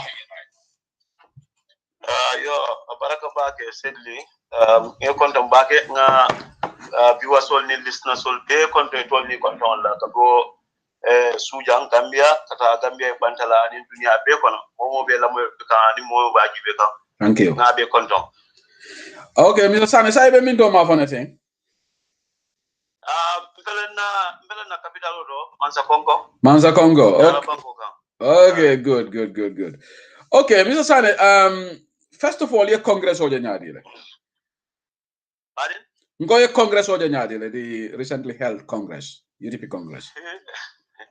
Alhamdulillah Rabbil Alamin. Alaten to bale mo Congress be on kumando mandia, but Congress onyi. Ataku tabakele anyinyata. It was very colorful. Yeah. Men mwa ko bere tani flood me ko nyinya ndi wala nyindiko. Congress onyi na objectives mitale in the sense be on kumanditale anyama representatives all nada from all over. Congress onyi na tamala nyama every aspect, every component of the Congress abekeda molja nyanda ku kaira kono sete as well kono kaira kono anu. It was followed by a very, very, very big rally. Yeah. Mbe Alonko is that one is a landmark indeed.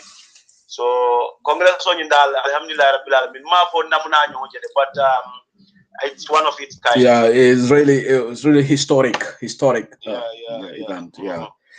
Okay, Abaraka, thank you for giving us your take on that very successful UDP Congress. And I told Moluel Ngaldunta executive, all eyes on you right now, leading us to all important 2021 election. So how prepared is UDP right now, or how prepared are we right now ahead of 2020? Okay, couple of days, but not 2021, Mr. Sane. Mr. Sedili, I think we have been prepared well before today, even before the Congress. Yeah. Prepared. We will institute a very sound system and government and lead us to the promised land. Security. I will not dwell that much into that, but evidently because we are living in a digital world. UDP the material we have, the membership we have in terms of our numbers and in the quality of the membership. We cannot afford not to be prepared. So, and the leadership is a clear manifestation of that. Congress, I think. UDP if you look at the lineup, you this is the team that is obviously going to win. Based on the fact that we have very seasoned, very educated people with high level of experience. Many alonko bankola tamandiri nyani bankola tariko be bulokono. So in short, adum membe stressful la do kura on jora on benda kuye banko tamandi. Yeah. In terms of preparation, we be bentol bulde. This I think party leader was here on your platform a few days ago, has outlined some areas. And on 5 points during the Congress, he gave a little bit of that. And more is available in terms of policies and programs. We are all abreast with that. The UDP, even before this Congress, the previous Congress, committee, national executive, has taken some good time to work tirelessly. We are not caught by surprise. So evidently, even at this juncture, we are well prepared. It's all following. Okay, what more you there, Mr. Sane? Mr. Sane, saying national issues away from the UDP briefly. Saying member keka Bangkok right now, President of the taller, a break totally demanding because of the Christmas. But when you made the people's taller, me anko constitutional assembly like a Bangkok Bay. After that, na mafon la leba. Na mafon la jara lede. Yeah. Atambira jana after kai. After that, jele ko ita jeko. No, the man la de putano je ndam ndaje. He may invite. It ala mol kono de. But it alone chairman of the LRR. So for governor man invitation okay akoy ko nge bismillah ni president onada. Well, no that ala mol kono. So it invite la. It invite no la now. It invite no. But okay. Mr. Zane, so you made the people store nyadi la. The cake and nyami ka kuma kangol memmo e jefana. Are you happy that the president will in the dalilo men constitutional dalilo men for president ala molbe ole ke kamba? No, I'm happy. I'm happy. That's obvious. But I'm happy that my maltale. Maltale, I'm happy that my maltale. Yeah, mane malunda koto. Yeah, because namuna mwe. Yeah, and I don't see the need for it. So at this day and age, and in Gambia situation of Benjamin Bitilo, and you are engaged in certain things like that. Seriously, I am because maybe 4 years later, something like this, a tour of 30 days. Would have been thought of more than so what because imagine because we would have gone beyond that. Those kind of ideology, those kind of behavior, those kind of attitude that should not have been part of us by now. Minus politics and everything. But Gambia is what we have. Yeah. You understand? Stay and age. Bankol be sulari nyame pour kay la bankol yirwandi. Positively, so I cannot understand. Muga understand wala na kamal because muga londo ko lombalia le bang, but lombalia diga jibe sa ko lombalia.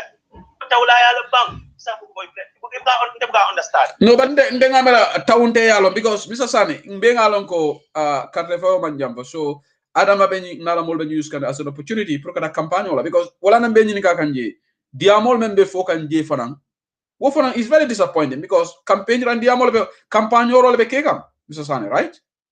Yeah, Mr. Sedili, obviously we be the kamala kokono because ngamira tolu we should have known better. Obviously with all due respect we the leaders at different levels we should have known better. What have been bearing in mind what have been and what we have tax ourselves and what our country tax us to do. Yeah. What politics can be done? I don't even have problem. What is the time that you should do politics? And also sanctioned by the constitution. Yeah. What the difference would be? So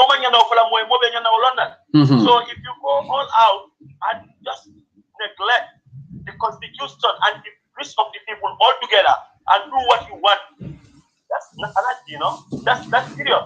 So what I understand no, because let's say we are younger generation, we thought it, you know, it should have been something different. Yeah. That's my belief. Yeah. It should have been something completely different. Yeah. When it's time for your politics, go and do your politics very well.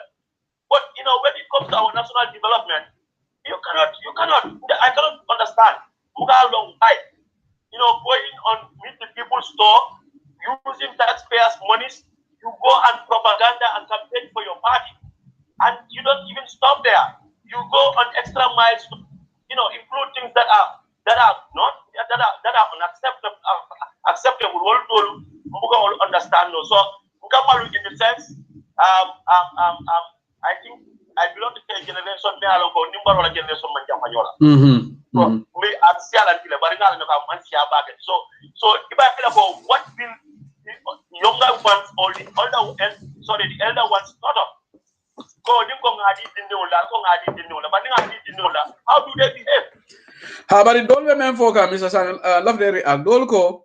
Adol be Adama Jawia Kanero, Jawara la Jamano, Yunekake, Jamefana Jamaro, you made the people's to a big political. So why should Adama be any different? So, my reaction to that. Yeah, okay. What my opinion, I do not have much to say about people's opinion, but the opinion about that is we should have gone beyond that. Exactly. You know, reference point to draw on good practices. Exactly. You know, yeah, you look at the good part of it. You know, bearing in mind that we have a country to build. Yeah. So you carry on with the good practices. But basically it's wrong. It's wrong. Yeah. You know, why should you go to that? Because if I follow exactly. And all together, all of us, no one can about no 2016. No so it don't work in the Amalo Waradole, Mr. Sani. I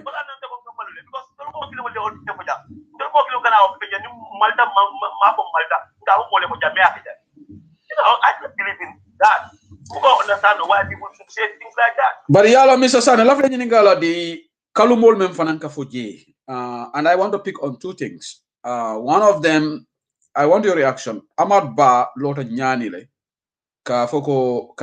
former president, elder statesman, one of the founding fathers of our democracy, Alaji Sadauda Kerabajo, Ramani Nemani Kafrika, Kadoya Nyani Kono. What's your reaction to this? I'm sorry, Sedili. I'm sorry. I'm very sorry for this laughter. But laughter when this country was changed, the government was changed in '94. I was not a small boy. Yeah. I already graduated from high school 2 months before, or 2 months before, a month before. NRP lo na tenyala jana. I never know Adam Ahmad Ba before. But during NRP lo he entered the political ring.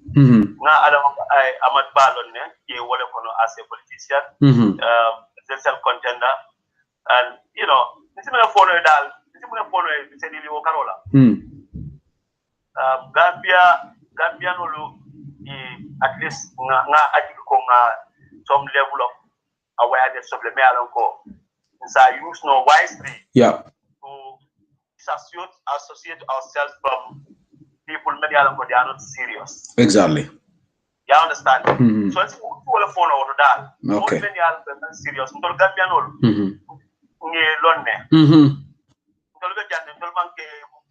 Nimbanko tumaranke otu wandi nimbanko komalankati o nimbanko dindimuti men man 96 year about 2001 year about 2011 6 year about 2011 year so nga pol jere men keda on folder so some unserious people told the whole phone la moy you know we will just pass them on the way. But we do not take them seriously because the politics has gone beyond just mayor fanfare. Yeah. So, one thing I will for a many hours ago, and the model of the Alexander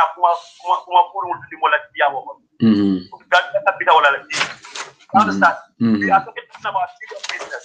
So, remember the size I need a water. I think we entertain that. I don't know if are so much educated and wise enough to recognize and identify people many years ago. They have never been serious on their political impact. They do not have agenda. You understand? So people like that won't tambula. I mean, you so that's what for no. Ngame ka boda fo badibu bor. Muna badibu e bora ba so toleba. Badibu bora ba. For tabora lo mala yala sato fo nyab iko originally Ahmad Bai from Badibu. I'm gonna check my notes. It give me the note original about all that another move, but that's not important. But in left na dila Badibu goal but originally he's from Badibu Ahmad Bai. No, all fairness, my cousin Bari mo len call kunu na ko nyako yalla nako Ahmad Bai is originally from Badibu. So guy ba ni Badibu gol yo moy le be kam vale kamale nak. Yalla Badibu sawa gol. Badibu sawa. Badibu sawa ay ka karakter jamal le soro de. Bari bitum. Badibu sawa ay ka karakter jamal le soro bari. Yalla ni desol be ko ni mo sawa le ñoo bulu. You know ay kiyan nga jela ba kiyan gol press la yamre man ngame be domo di mal men di kala je ngame wolonde do sane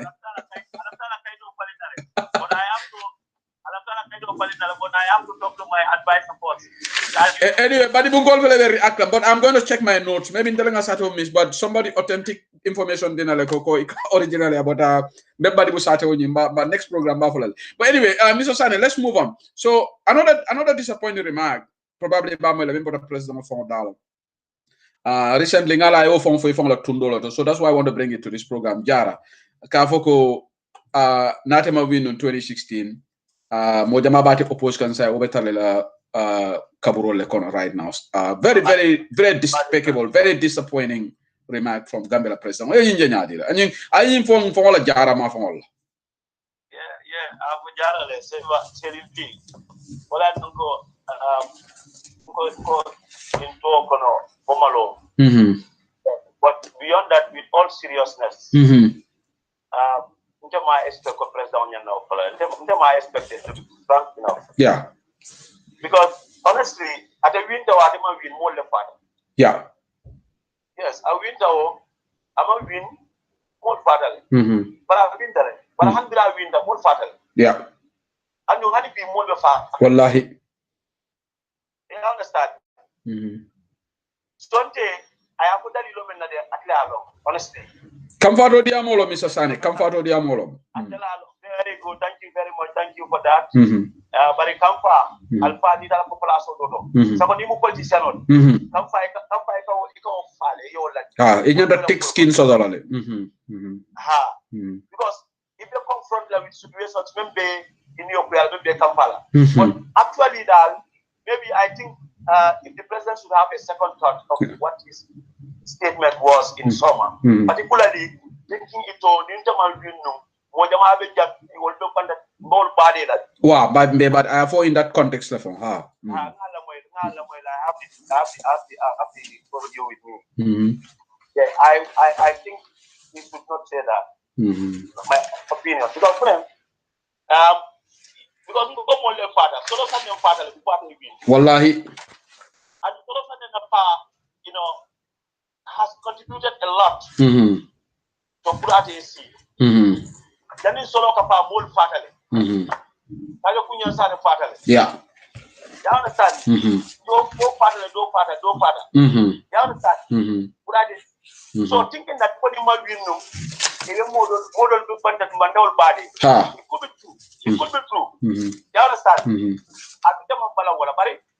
Maybe after men I want to left off money, left off money, left off ni president mo win no model be falal bari president on jana no understand na model ye pare fa kamale jana de ko win wallahi mala ko ya understand do ya usen da wol men na la mol be fingila so the man for solos body dead or alive akolo the first bullet satema right completely ko bida nyato bida la bida damendo adoda koma ko da koma ndel bida nyato le ni ko so même mara intel poloma na ra ko na fala je wi that's I solo where I get a nyala solo si numerto to ke bal we want to die as well not the welcome food so ni wolem moliye pare fa kamal prade sin siranka I think that could be a lesson for him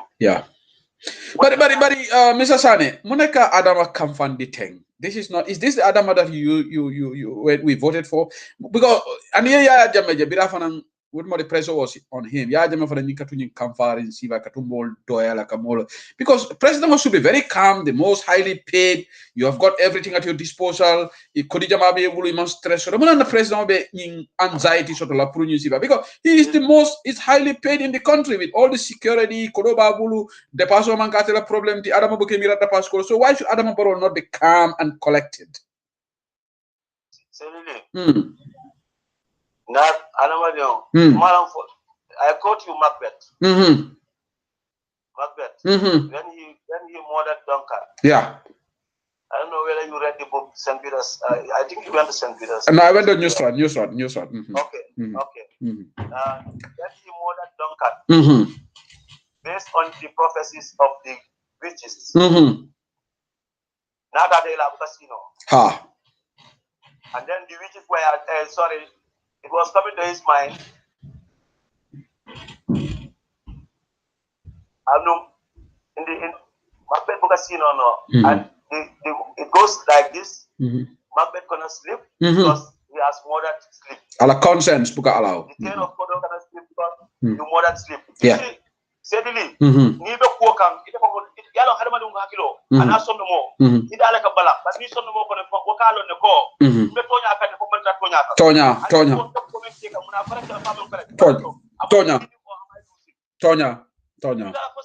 stage if you have that culture in your own self and that can make somebody become arrogant because you have gone otherwise against what your own wish was. Barrow never opted for this in 2016. So eventually, in 60 he would have got two plans. He would have got to think of a lot of things. So if those things are not coming up the way he wants, he would, to some extent, be agitated. You understand? And that can lead to, misbehaving or saying things when they are go as spend over that phone call a beast. You understand? But all together, tell me don't men. You should rest. Because for the past 3 months, Barrow was in on his first time. The other one is the bad one, Barrow has got the whole country. Yeah. You know that? Hanolon, another very lala. Ha. Because you went to Pastor, you went to all these places, you went to you went to all these places. That was almost a tour of the country. Yeah, Oma Fansun toilet. Ha. You know, another 30 days now. What do you expect? It's a human being with all this crowd, with all this noise, with all this, disturbing news. Sometimes UDP will be doing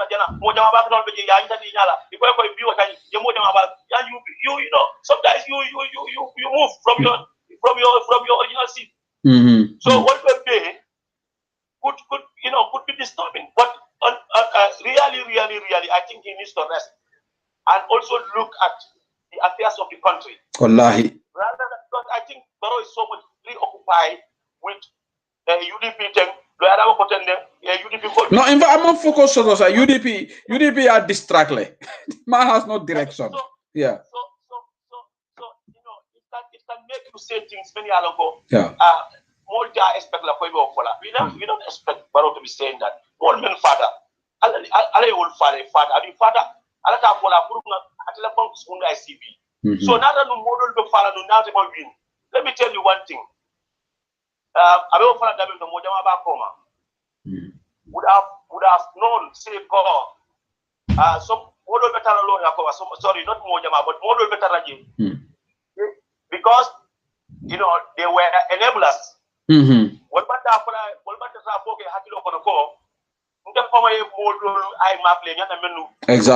Exactly. Yeah, maybe askeno ate alo askeno amalo, but more be more lon na men yalo ko yemol target nyana men eliminate another baroma win. Adu wali o kala plate city ate baro. All that was to make Baro comfortable. Baro be in pass, Baro was comfortably guided at this place. But there were people, when they were diving, you know, in and out with sand, you know, bags arranged for war. Yeah, that's true. Maybe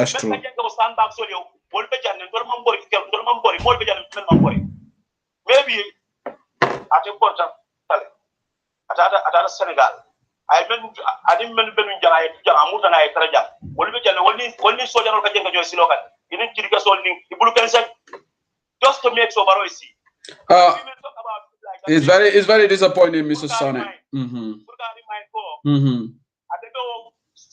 Senegal, and other places, if possible, I don't know. But basically, he was a Kairaba. More the Pindita Siloka, more the Siloka, more the Plado, you suffer directly. Yeah, exactly. Yeah. So what has got the state double arrange Cabo Barobe inaugurated yet. And coming point, I know this is a social media, more bela wekane. Yeah. I do evidence on Benjamin produce la. Yeah. More than extra mile. At the city what that more people were on the street saying that Mr. Sane, nga barola netal dolaje yaken na furu moto. Barobe moto kona ya kumabo. I'm not making this up. Baro ay fenne mawa anyada ngamera utuma be to kono be mabo kan ngala ko bari yani barola bari jamme musala molden kidnap la jam. One dalo in somebody posted that in my forum. Barobe siri moto kona ya kumota ay fenne bita kumola. So ngo baro fana mu ke kulalti ko meja nyame yarfa. Yeah. Huh? Let me emphasize that. And I want that to come very clear. Yeah. Men father, yeah, they went in for it. Absolutely.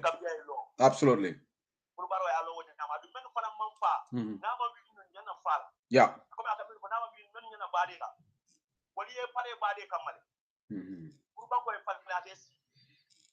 So I can't out like no, Barola Nyinkuokan is very unprecedented among the presidential remark. Maybe at the pare pakama, maybe. Yeah. So far is becoming something extraordinary to him now because I never enjoy it. And those people who died, you know, they are still with pain. Yeah. And no men paranyana falanu, ye pare pakama, but in the baluta be old father from even after the Sita. They're still in pain because that's not what is happening. They are in pain. I'm more recognized. That's what he needs to recognize. Because that is very important. And let me tell you, I think Barros will not be saying things like this anymore. Mr. Sane, thank you so much. Away from Barrow right now, Laftan main discourse, coming back to UDP. It as the chairman, more dolfananga concerns express malam feka nyimoy by ko and mayor in a chairman will sign the 2021 kono. Albe mune katakul kekan ko sign used to be all out campaigning for UDP things that will UDP lateral electoral. Ngalo ne ko nana official Carola, you are not there only for UDP, you are for the whole region. But politically, ide mun katakul le kekan at the level of LRR to make sure that because I feel baroya nyatiling kianna ay kurango keji akai kurango somebody ala molbe maman kanje bakele nema audio dole funtita jang one of our ila molo civil servant will be involved in political kono je kian nema pour que katrofa itiba mun kata ko le ke kanje pour que UDP kamo jam fon ngo fama ma fongola Mr. Sane. Well comme ya ko nyame ndala dogo chairman ya oba fayenne na ko fana ba yeah I am happy that mba try kan to do both and make sure as much as possible not to default. Yeah. Political Carola. I am lucky to belong to a party. Me alongo is well structured. Yeah. Among the party, me alongo, you work on hide and seek, or come and boring, you know, animal well. But we have structures to the village level. So there are about political, and I have politicians at the regional level. So I try to facilitate as much as possible. Kajeko particular program, because also the particular program we have our manifesto, we have everything that a correct party needs. So wolu kajeko way drop to the party membership to the grassroots. We put the preoccupation at the number one, and we try very well. I don't tell the party they are well informed through those kind of activities. So Alga, Mr. Sane, I want Mojamal Bela make a main program or record to WhatsApp. Specifically door-to-door campaign will be taken right now, the level of LRL, UDP learning group school. Because saying man time sort of time to the Najale Komomuru Sabale Benum Bansang Kunung. Anu nga alaji honde alaji estabo franje brikamale so nying sadi nying meeting or town hall meeting will make the way forward. So we want to see more of that replicate across all regions in the country because time tembulo so nyin door to door house to door and voter registration voter sensitization for an kaiti kola for call the sembendum iya kan jela ba Mr. Sane. Okay, seriously.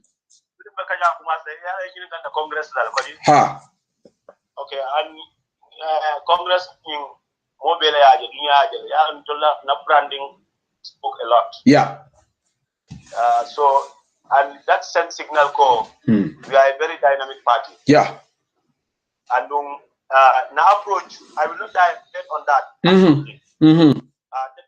But similar phone, we have changed our approach. Okay. Very well. Okay. And call it door to door, call it house to house, man to man, you know, what to what. And we want to claim our country. Good. So it is very long. We have dropped down. Y'all been for the Congress. Y'all on the Kununko or 2 days ago. Our women folks started a 3 days caravan kind of activity. From Kayab down to Kiang Kurimpan. You understand? Women vinity because all Kiang women UDP. So, you have seen them on social media. So it is. We are now trying to add value. It's probably an innovation. Yeah. But similar for what I'm going to go. We have changed our approach. We have added some new strategies and you know other ways membership engage, but also to fish out many more aspiring or potential UDP members. Good. When we see on the fence wall, we are following them day and night, UDP, because by and large, UDP is sending a right message. Yeah. UDP is the place to be. What so, the other? In fact, I beg your pardon. I want to beg your pardon. Sabalebenun Kianne, not in Bansang, right? Sabalebenun Kianne Kunung, right? In Kianne, Kodi? Okay, I take that back.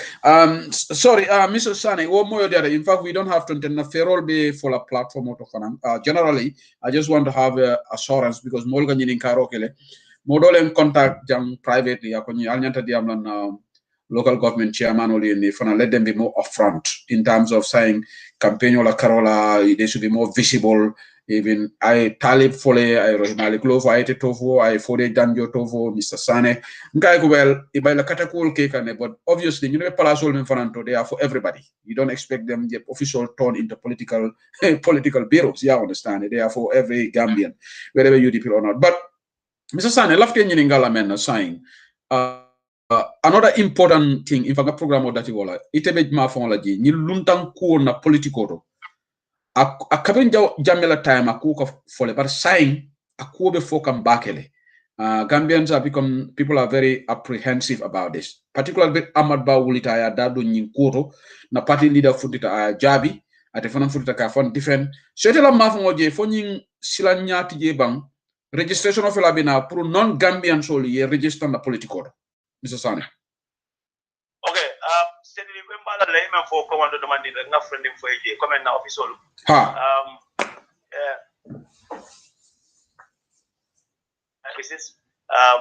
This they are clearly, stated. It's clearly stated in the local government act. The function, the responsibility, community. You understand? So, and in the future, in anything, I can tell you for free from Banjul to Basse, where the official use for political ground. Good. So, won't go build back because I just want to assure the people because that's not us. Yeah. So we are that bridge. I mean, we are not that team that will encourage that. Maboko, if a political party, different political parties coming in and out. Yeah. But the committee won't get the official to know. No, at all responsible. We don't entertain that. Yeah. Because that's not what we voted for. Yeah. What we run okay. Very clear. I have my political time. Yeah. When I close from work, I go to my bureau. Yeah. We are lucky. We belong to a party named of our own. So I go to my bureau or I go somewhere to meet with my people. Yeah. So when I'm on political time, and during my weekend, my free time, I go all out to go and do my political activities. And let me tell you, we are going very much out and go for our politics, go and propaganda and campaign for UDP. We are going all out. Or we are not going to spare ourselves for that. Oh, good. Because the way things are going, yeah. Yeah. So don't compromise that. We will go and do our politics, but that will not interfere with our work. Great. I know that very well because the team we have will muka osika compromise. Good. Good. Compromise. Good. So I can have to tell la Carola. Yeah, Ntela area is bordered with Senegal or Katamas, and we all know truly, the borders are porous. Yeah. But that makes us also, and that also gives us an advantage. Tonya. 2 or 3 villages from the border to inside Senegal. A good number of people from there near Nyolone, personally. Nyolone, yellow farm along. Nyolone, because Karanyo had cool football, school program, so new wolu kono moya atem purkan na kaido tan nyanalo na kalo nyanalo na sadi nyanalo na authorities nyanalo na but beyond that those sadi for the most kono sadi from a far place I now have kaido nyina obviously possible no we know that and kan ske sat bank jamal but just similar for no what I mean we have a department of the Ministry of Interior called Gambia Immigration Department.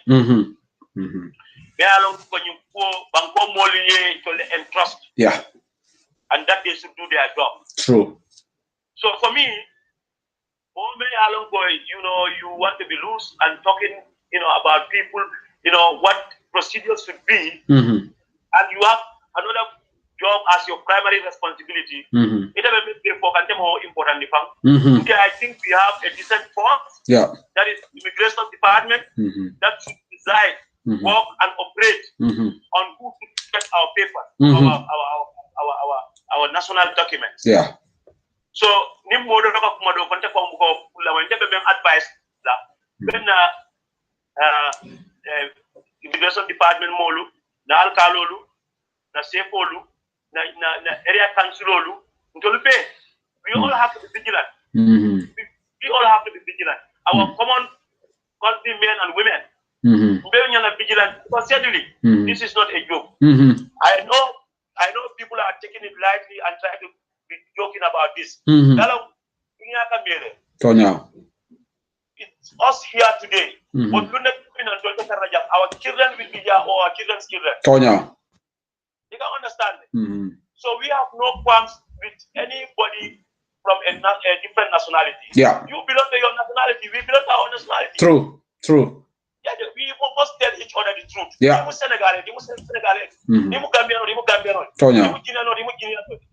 take your nationality, I take mine. Nisa den no fengo bela bari na carte fo nita den alona wala. Definitely. Yeah. Procedure apply. Exactly. Yeah.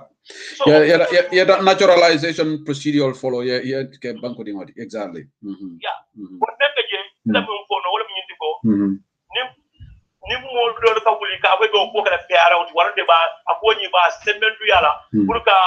non-Gambians register because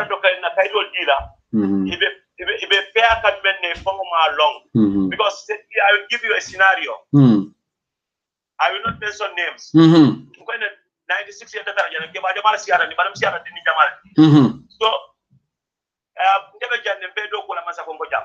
a certain abuka win it had more mobilized now.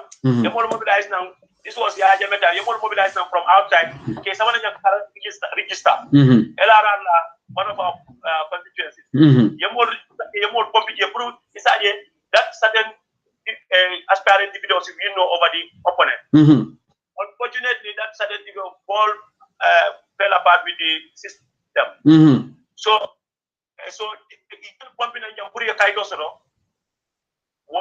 they protested because il a dit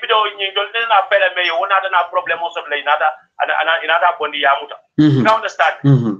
So I didn't someone to vote for their party or to vote for him. They protested his arrest and then voted for the opponent. Wow. When he was replaced by somebody else for the same party, but so that meant for you a little scenario. Yeah. But what of it can nationalities may encourage you kaidol sono ite di wala ni wol diwol mina lolo jankal ya ñoo saba ite tous knowledge let me give you some cosmopolitan villages or towns like Soma. I'm going to give you a clear example of Soma. Soma is becoming a big place now. You understand?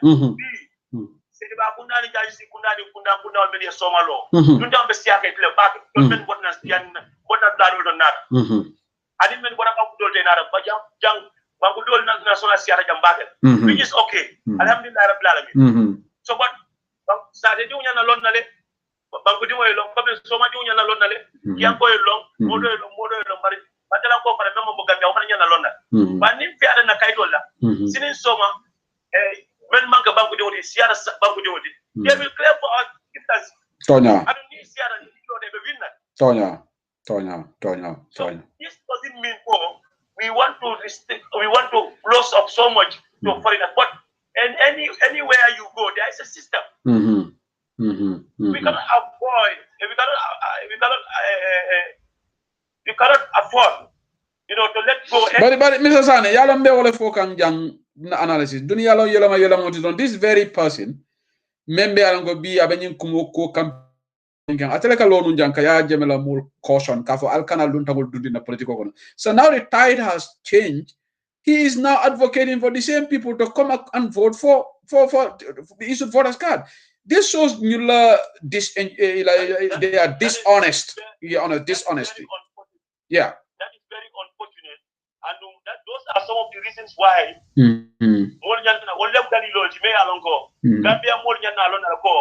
This borough government is not a government. Exactly. Because Peter inside the exactly. Exactly. Keep on changing the words. Yeah. It's very. Yeah, very clearly. The campaign remove Barrow from office should be very clear, and it's in fact very clear. Yeah. And the woman get happy yet. Don't ever know someone protest in the president. You understand? So it's easy for us to say it. Bring the Barrow campaign to come. What have we said, or what did we say? So in fact, this brings me back to I remember summer. Exactly. I believe that summer would have been bringing out the 2016. Ngali in the tank, Sanga Yineke, Maninke, the little Carla, Inkeno, but in Alasonda, Mbata, and Nayin. Well, then you're the Macamo to Bellamum now. Bring out a Yaminako, Yam Pleke, Imam Menkeno, I'll be offering it. What I just of one. So the message is clear. Be a yellow, Mem for the noon, and in the case I, and that is evident in one of the interviews for Nibebanku Nidola, Isikuma for Nole.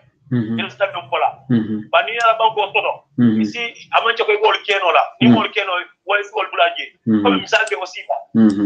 What Malon go, near Kumoko, a couple of normal, ni sitting some molbe, the way can they make you wake up. Where men for the Barala Walda. Don't even Barala, more than yet and get water. You evaluate based on what you said. Exactly. And in a real and serious system, that's where they should disqualify you completely. Ide manyana. Barova mang. What legs is he gonna stand on? Kataka muljinika karte wala koteng. After he reneged on everything, almost everything. Abe burkala ela dolmenti. Mr. Sane, love it. That is a good question. Yeah, he reneged on everything, almost. That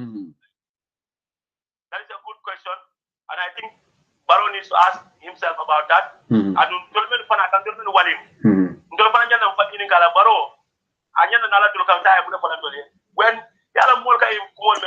but Mr. Sane, abafoga neko, ako anata doku wala, ako akate mamo kong, tene mo problem so, but ne momo lota la banku doku wala kota ni be problem so la, so ako doku wala te sijang doku.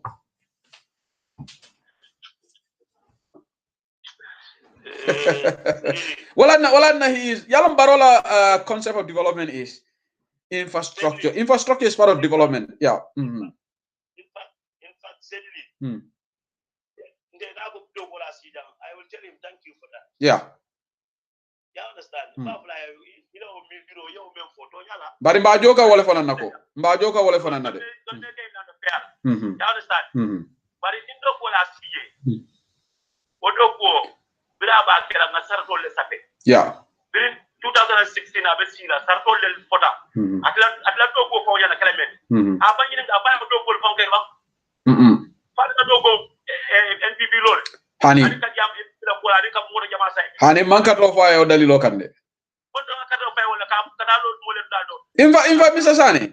Inva Sane. He said clearly ko Barola kumolo ni. Nde malu mune fu Baro fonka sila kime. Baro ko 2021 ate lola. Ako atebetala back to his business. Ako 2021 ate lola. Barola nyimfo explicitly. Barola nyimfo Gambianoli. Ako 2021 ate lola. For journalists okay ko ite wahet la ko nyoko akate te okela. It's sad. Yalo kada wole fo. Yalo ni kon nara do kuola. Do ko kata le denin sa dole bal. Ha. Do ko yaje bakela. Sa dole ka ni ko be bimba bu lola. Ko de bala bari ka sa dole la dibe bu lola nyame. So baro bila ka si anara do ko men sa dole no le fae benkela. Tonya. What time baro bu ka fem anything he's not talking about that. Baro bu ka ngolo ka chandi. Security sector reforms la yenna kajanda nyame kuna baro buka mol kajandi local government reforms la yenna kajanda nyame kuna baro buka mol kajandi koni cholla iriwala youth empowerment program ya wol yenna kala nyame kuna baro buka mol kajandi agriculture based on policy and program approach mako kome ka bo mole ko ngata to samale nanne sama singo diala le these are things many are ko I'm gonna de kiang kola elephant di jumalela because now I can't find it recently de Mr. Sane.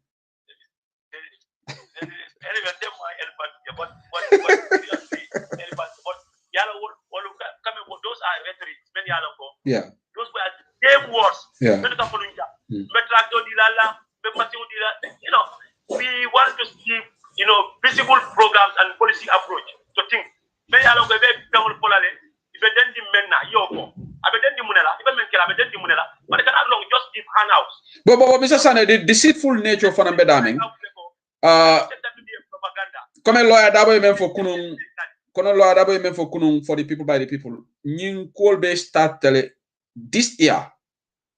Being barobe president asanji nani muna naman tractor di ala second year ala third year muna namanta hakalan silola foundation lo, but all these things ka dundi budget road infrastructure project kamola taken from taxpayers money to inflate our budget deficit and everything, just nyimbe mo politicality pour ka fo mol, because it's very easy pour ka Gambian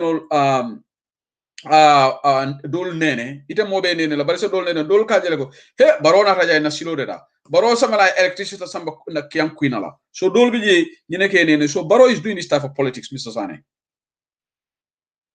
Yeah, any government men nada.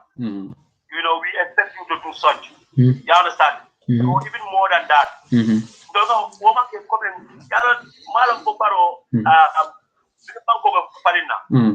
All ba ko be ba support ka ila level of awareness.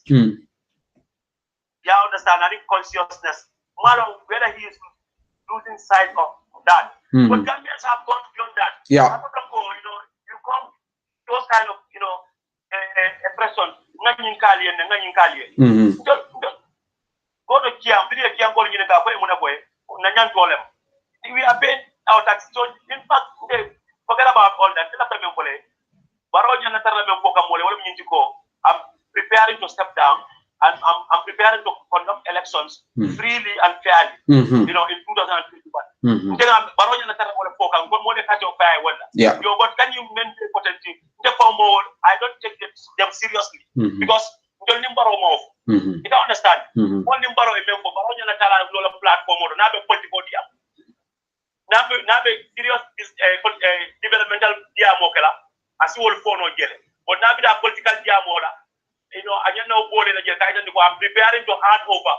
And I'm organizing a very free but Mr. Sane take come for Baro tambida o stage la say hand over moment that fire la party law saying ako National People's Party ala symbol law. So Baro kay ite kay men for Baro you see, if somebody more in morality value, yes, ite kay men for the marry nyantoga, but this man doesn't value morality, Mr. Sane. Yeah, if he doesn't, yeah. No, it's now it's up to the voters to punish for lack of yeah. Yeah.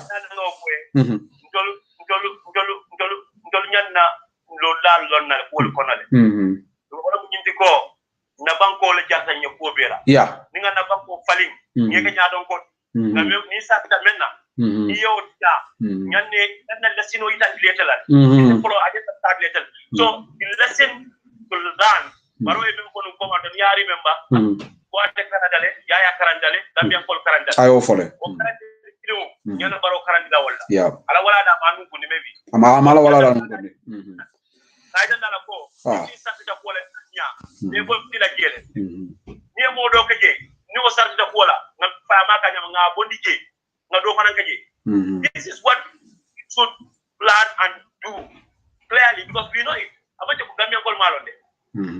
It's a matter of practicing it. Yeah. And that doesn't only apply to Baro alone. Yeah. We all civilized nations and serious nations, that's what they do. Absolutely. As president. Yeah. True. True. Because so absolutely, yes, for Mr. Sane. Love you, model of platform you can Bintan Jai Musikeba. I question all like page or Sakongan Kala Malon Faber answer or not. Can you ask Mr. Sane about of his opinion about the new sports minister Bakari Baji? Our pronouncements about building stadia for people. About it. Would you answer that question?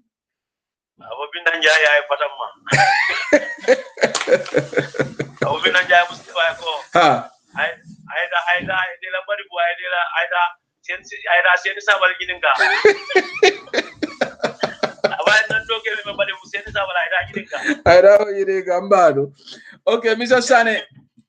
Mr. Sane, Imeta Jane, but left in Yingala on final question from me, then maybe I conclude. Draft constitution. Allow me to be a little bit fair with her. Okay. Okay. To give her a little. Okay. Actually, Bakari is somebody we work with. Like you go sort of Bakari. Like you go sort of a personality. And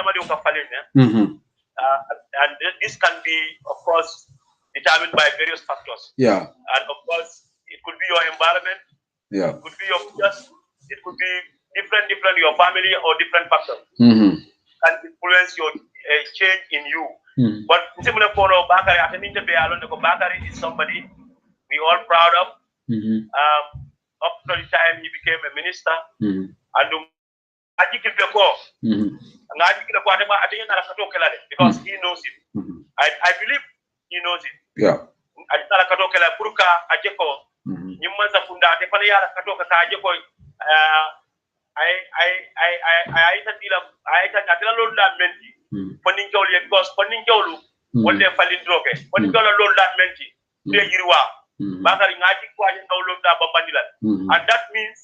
that should mean you should not be doing eye service. Well, to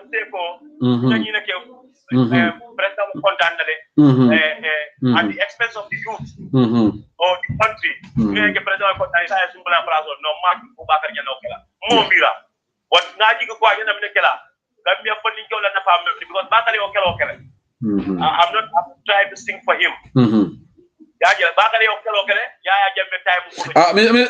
You know, yeah, Ngela point clear, but I think you'll be disappointed because Bakari has already Bakari Silobulale, Malum Fekala rhetoric sol moile, and then Mr. Samate, the health minister. Mr. Samate was just last week, Standard newspaper quoted him praising Adama Baroko, all these projects will make a health sector. Adama has elevated the health sector.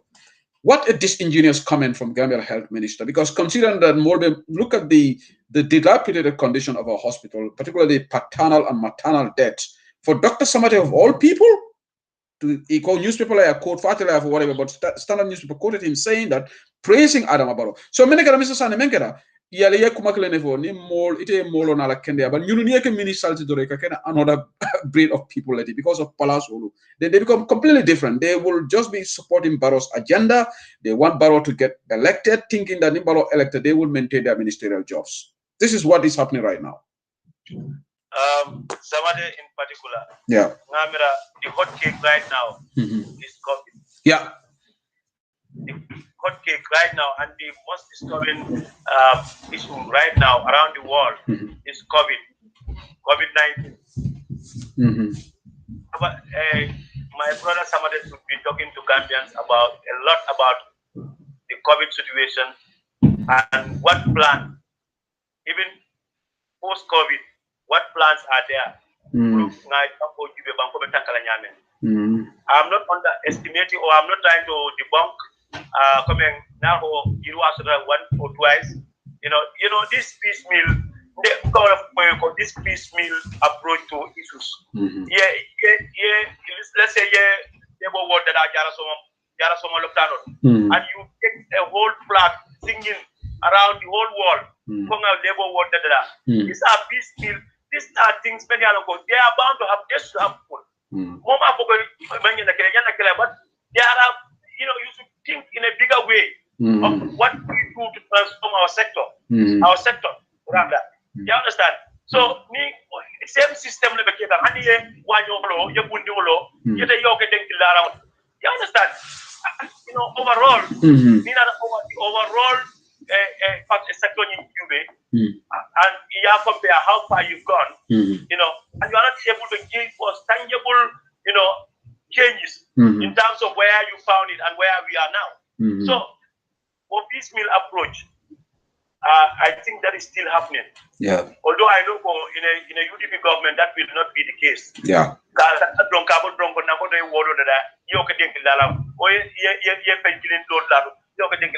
But what you have changed holistically, yeah, a system change, you know, yeah, you I tell you are borrowing Halifa Salah's. Yeah. Stadium and you take that to be a whole change for the sports sector. Yeah. No.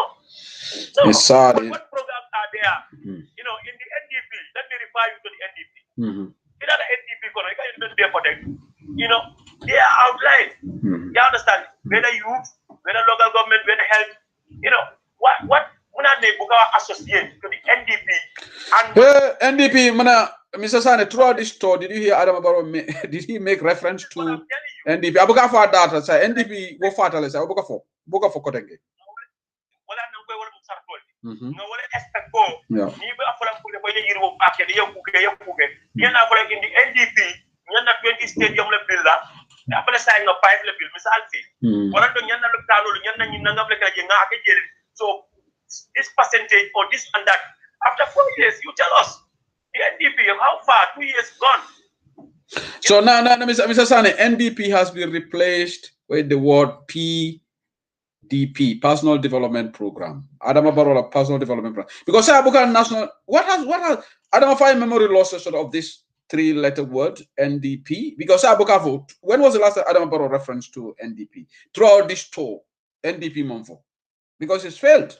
NDP is failed completely. Nothing. Yeah. So what I think the best for us to do is to give this man a chance to go and relax. Yeah. You understand? Because NDP, for your information, a lot of work has been done on that document. Yeah. You understand? Yeah. With a lot of expectations. Yeah. To be a change and also the Burka Gambia Banco falling completely. It has been the turning point. Yeah. But the war has been, pushed aside. Yeah. War is a very big disappointment. Especially those who participated in the development. Because NDP is a very comprehensive document. Yeah, I read it. Very comprehensive, very in-depth. Very comprehensive. Yeah.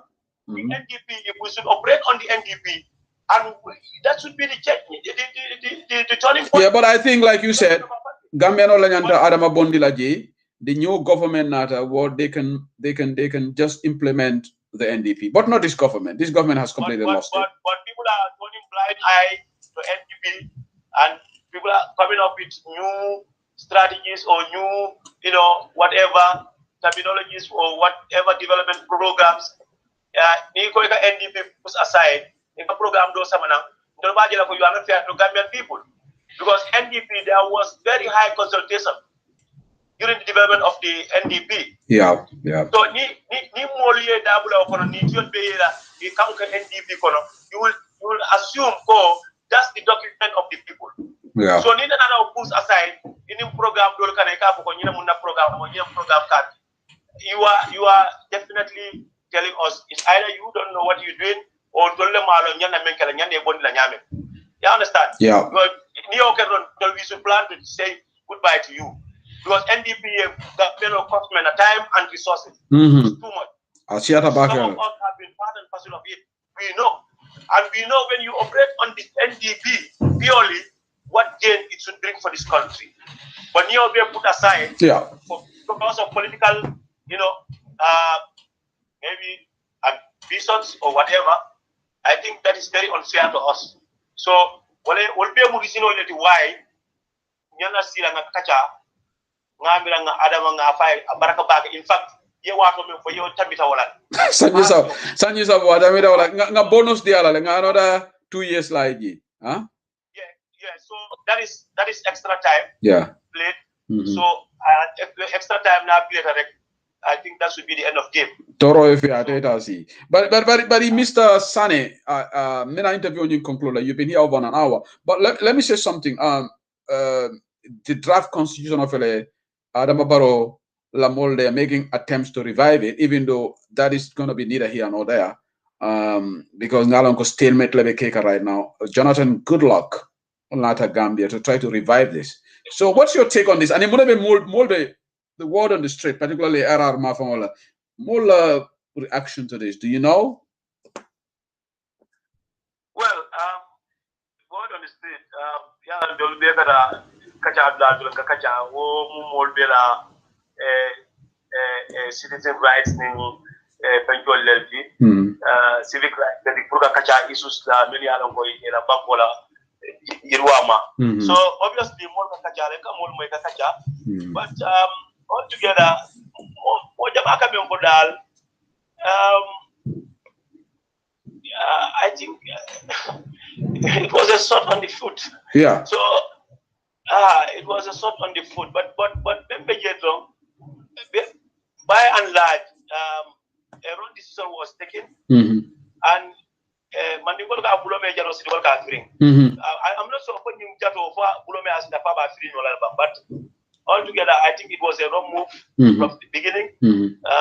So efforts are in place to untie it, or to revive, or to resuscitate. Maybe it's good. So, but the man get wrong. More than problem in the dal. Your woman in Africa pare. Ila tiyaru kola ina reko bade da. Ye comment de bola kian yamono lo di yamono ye banko kaji. Sa yamono ni lapta pole ko mono kilo ni ba amina pare. Abakola alal. Bari lo adaboko non-negotiable. Yeah. UDP la position on this is clear. Ye constitution draft on ya samba molia nga katrofai.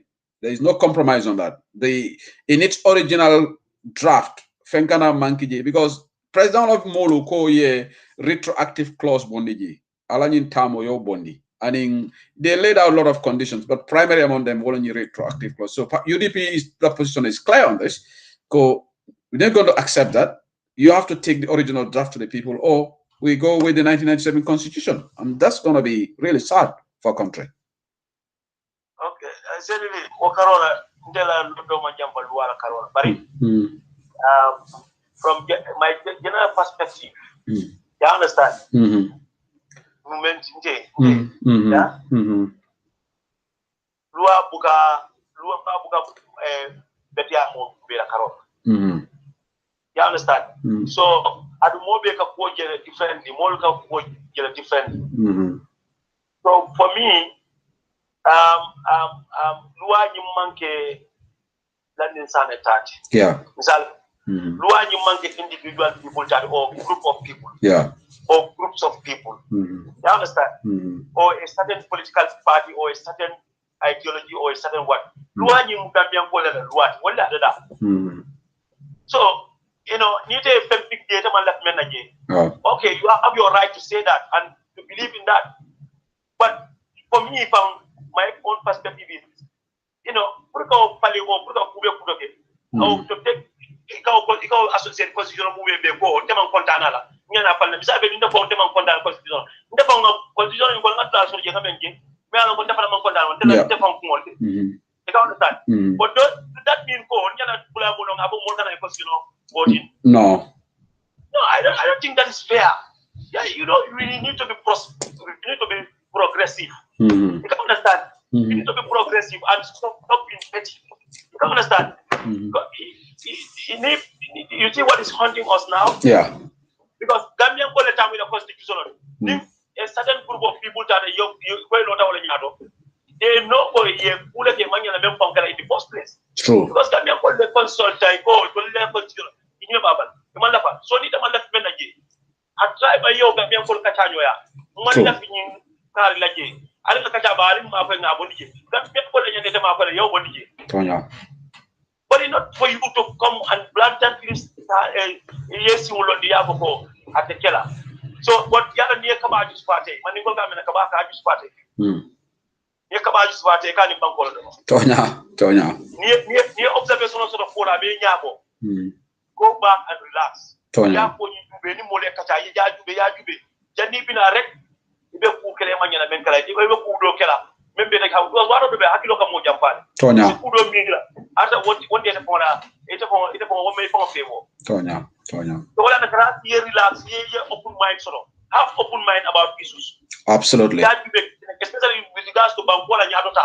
Bankola Nyadota, we don't build countries around people or around certain individuals or systems. We build country in accordance with the needs of our country. or what our people want. What not ka ko men don ngel ye ñine mira wala do la ka ñine la comme misal be UDP la ka ñine ngal ngaw ko wala be no but of lu ne bina skila na do kal be pudo kira lu ne bina skila la wala je so alba ko mo dule la tamene la constitution ko ya ta ke je nale observation sono ali apoye ali ya mari ni ali ya mari askeno ali fanan ba jelale al ka be do fani ya ta kan kili ali apali ko man jarale ku ke me alon ko sama it will be a very big problem for yourself. Most of yourself. Abaraka back Mr. Sane. Diamo kata diada bada maybe fonga diamo danjang yeblay saying. In the final sorrow of the program, okay, be yamar la sutula bo UDP supporters, Gambians in general. If you have a word of advice for people, please go ahead. Anyway, advice to mention. Gambians, we should unite. Yeah. 2016, when we brought it in Adama Barrow, when we changed the regime. Early 2017, Yani Adama Bay, a political admissions present la opinion. We were Gambians were together. Yeah. We were trying to build up a nation. Yeah. Eventually, in the opinion, things were prostrated. Yeah. People are now divided. Being divided. But political waranto na lapita menula. Waranto na personal ambitions. That did not push us to divide our people. For now. Because we must remember,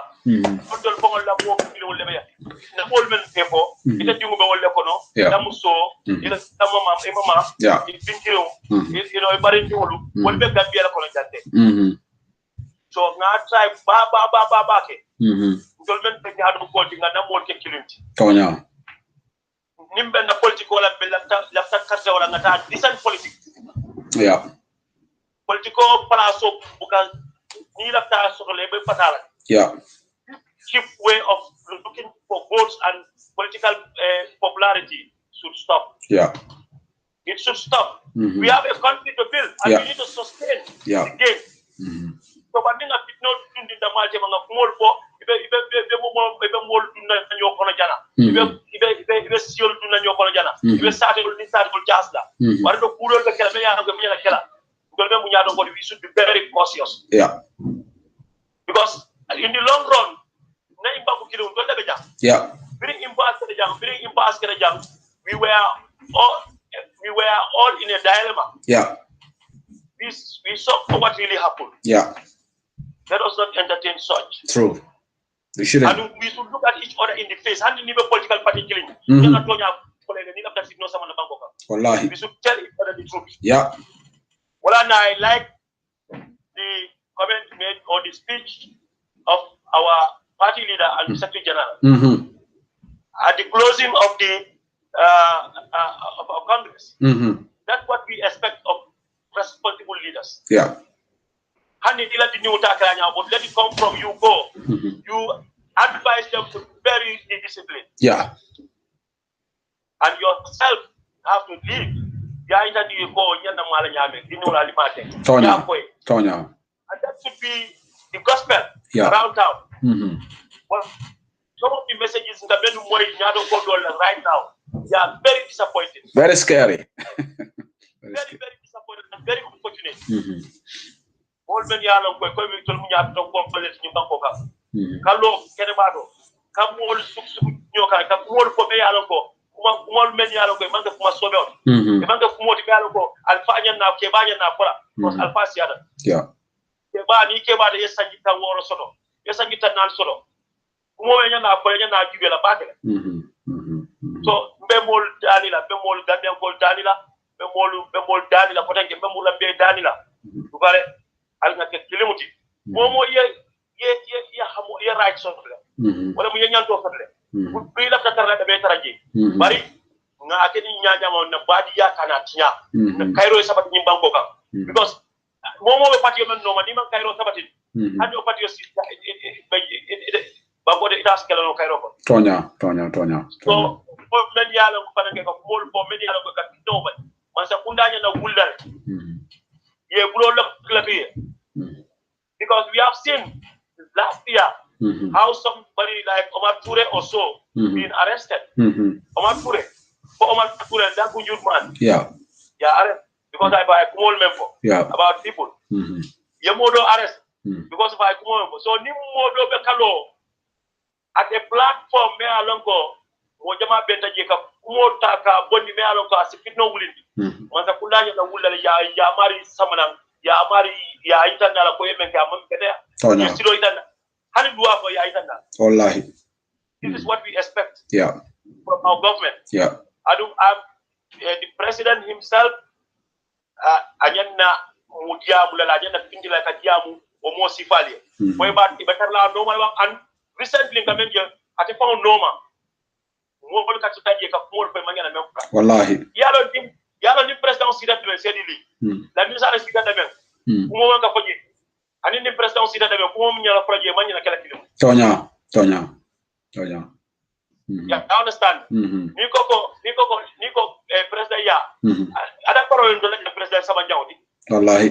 President sidi da kuma ka foje ngol gele. So ni ala man sida, his excellency na sida kuma wanya na fula jenyan na wolonda because o mun na president ko bunya ramol. Wallahi. President man na siri kuma do be je ko. Wallahi. Ina tala min do ina tala kuma ko no wande ta da do da ajana fula da be ya fodo. Bar president man na siri ka kuma do president nya. Ida mari fango yemen ke malo because the president banko la president ni nyana kunya la bakel to do kamala adu ngol men parambe la moyla banko molle mu nyande kunya la ni be address la it should be proper bare banko molle simen ko no banko molle kana molle moy men yaran ko ka piddo dunin tema men fanam manke banko di wolti men yaran ko molle sukun kan ni la moy kuke gambia ni luntawol be ta sirinde Gambia ni lu ndaw mena sira kabir independent man ka fa independent kala mo be ka bal Gambia Ismail Kos mo be ka bal Gambia diara ni daje lu ndaw be ka mu da bule bu ndaw ka problem so wodo muna na bibe sila mo be Gambia ko level la kay ni lu ndaw su ñoo ka Gambia ko nondi wolu mo le media la ko mo ma ñana wol damoy la fang very unfortunate is coming from people we term as leaders wol ma ñana damoy la aussi fal so nga ke kilewdi na politiko be Sénégal ni me lafta place la inde place ni toña kono toña ye toña ko dara mo tambe ma ko gambia mo mote bien ko ne no la patange ni me ga mira e ke fani badan you can do it because mune kena le they have learned a lot so mo kan apply okay na ko ni toña kam na yo advice na silo muda Gambia ko yamara benna finally the UDP ngalbe wala party okon ari UDP wala party di men kan law kaaje ko ning banko ka be dunda dingo ko na bondi ning Gambia ko Gambia ko ka kafuma ngalo nga banko nyim bondi aduna banko kada nyamen ngalo ngo nga sardol be belani nyima sa kula be sidi sa do jama be je ko di belan sabe kolomment wami ni ko adama nyana banko samalale pour transition na bandai boji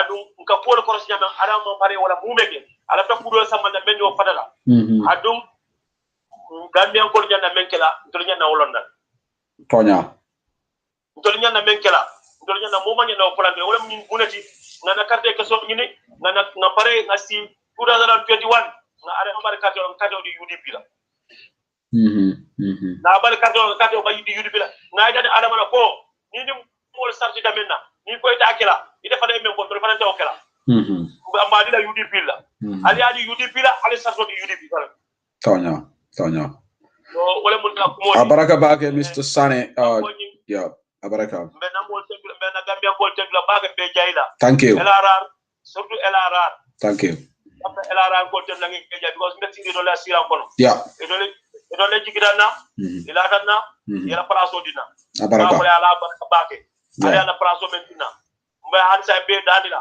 ba bole ko nimna ku ge men silo manta al tala habo be ninye al sin nampe ali ngado ko ke ali ayta na ko yemen ka be dada nyindo ngena o kala ten be dadila fale duwa kenye kon silo sila kendo ka silo me ala ko idolla expectation mo dolla ngani yo menti wala de la yamaro menti ngalo kam yeah isaje ko si banko yirwandi no sa develop no baraka be elara ko da be gambe fana be mo tan be jayla menu nara na congress ba elara adin gambia be tara congress to UDP la congress pa me keda ni rally be tan la ba ke be jayla ba tan dira ko elara in particular tamusoro ko da tola. It's a non-stop political activity. We are going to go around the whole region over and over. We will not sleep because we don't need to sleep. Sino waro mantra to say. Abaraka bake. We will work to make sure that nine banko body. Thank you. And we will not be manda molako for it. I'm not shying away from that. Thank you. Thank you. It has come. The time was either purunga ita ni yola ko. Nyanda na banko body la alumba bonda bonela. Na pinde ngati amu na mole yakata di UDP la. Olantonyati. Abaraka bake Sethi, thank you very much. Abaraka bake, Mr. Sane, thank you for this interview with Diamol Bedara. Betendula bake for the time that you allocated to come to UDP Online Bantaba. Thank you so much, my brother. Thank you. Okay. Okay, Badingolo Walaketa London B. Sane, Chairman of Lower River Region. Biatalakata Luntangoti UDP Online Bantaba. Meli Alonko Wale interview you followed. Massive thank you to you. We touched on a number of issues. So thank you so much. We will bring in different chairpersons to Bantaba this year 2021. Samana routinely Kadiamo Bankola Kuala. We will be doing that. Okay. So we will be doing that. Somebody was constantly calling me from Italy. But me call because I'm the interview conduct. I don't want to interrupt that with a phone call. Near urgent the next time, send me a message, please. Maybe call Italy. If you have an urgent message, tell me, maybe text me. But name more interview, I don't want to interrupt the cultural seeker. So the person who's constantly calling me from Italy with an Italian number, Mali left on Nephilim. Nadia Wali Junior FNS of Rajang. Gambia Foreign Minister Tangara, he got a virtual meeting with the ministers of Mauritania, Mali, Senegal, Mauritania, Senegal. Ikwabe diamu kampuru ye migration facilitate. What is becoming of this government? All of a sudden, migration issue between Gambia, Senegal, Mauritania is becoming an issue. This government has been in power. You know, I just don't understand. People are suspicious of this government trying to. They are all over the place about this Luntanku. Momodu Tangara, migration, tema. This is crazy. This government has been in power, Sanji Saban. They never talk about this migration issues. All of a sudden, Ahmad Bar spoke about it. Now they are talking about it. The foreign minister is talking about it. Gambian or Alinga vigilant. This government is up to no good. Popularity, Adama Baroman popularity of the Gambia. And this is the saddest part of it. Jammeh was not even desperate about these foreigners. Janmela government book at Diamuluntanku, Alna, Melbourne, Mali, Senegal. So this government is just go. Ninko diaspora be voting. Why are you worried? A Gambian in Guinea will vote. A Gambian in Mali will vote. A Gambian in Italy will vote. Diaspora covers. Diaspora market to. So what is this government up to? This doesn't smell good. Doesn't smell good. And what I didn't loud mouth because they are not up to any good. But let me say something, inshallah. I haven't opened the lines yet. People who are calling me, I am not taking calls right now. When I open the lines, I will announce that I have opened the lines. I have 1 or 2 audios to play, then I will open the lines. So you see, this is very, very sad. This is very, very sad. This alimkana chahan Luntangola interference in our elections in 2021. They are cooking up something. Ibefene tabikan. Alama kana mo. Alama tabiro kana pare. Alama tabiro kana pare. Alama e kupi itol kungokan. Because meyen balafa warata. Senegal yela election ke janni Guinea yela election ke jam ntolma interfere and you don't see wala bankolu trying to say Guinea or member Gambia like Senegal live election la the Senegalese soldier they go to the embassy and vote simple. So if a Gambian is in Senegal they can just go and vote. So why is this government so obsessed and preoccupied about Gambian? Because it have to sunyaro lekela. This is very, there is no if or but about this. Alen kana naive to this reality. Senegal ke election ke janal because Senegal la minister soldier they all over about this migration issue. Amad Ba is all over. Gambian all member nga kedo la nyang kontong men diam Adam Barola. Ha Gambian all member border across. Why are they so obsessed? Can those people go and vote?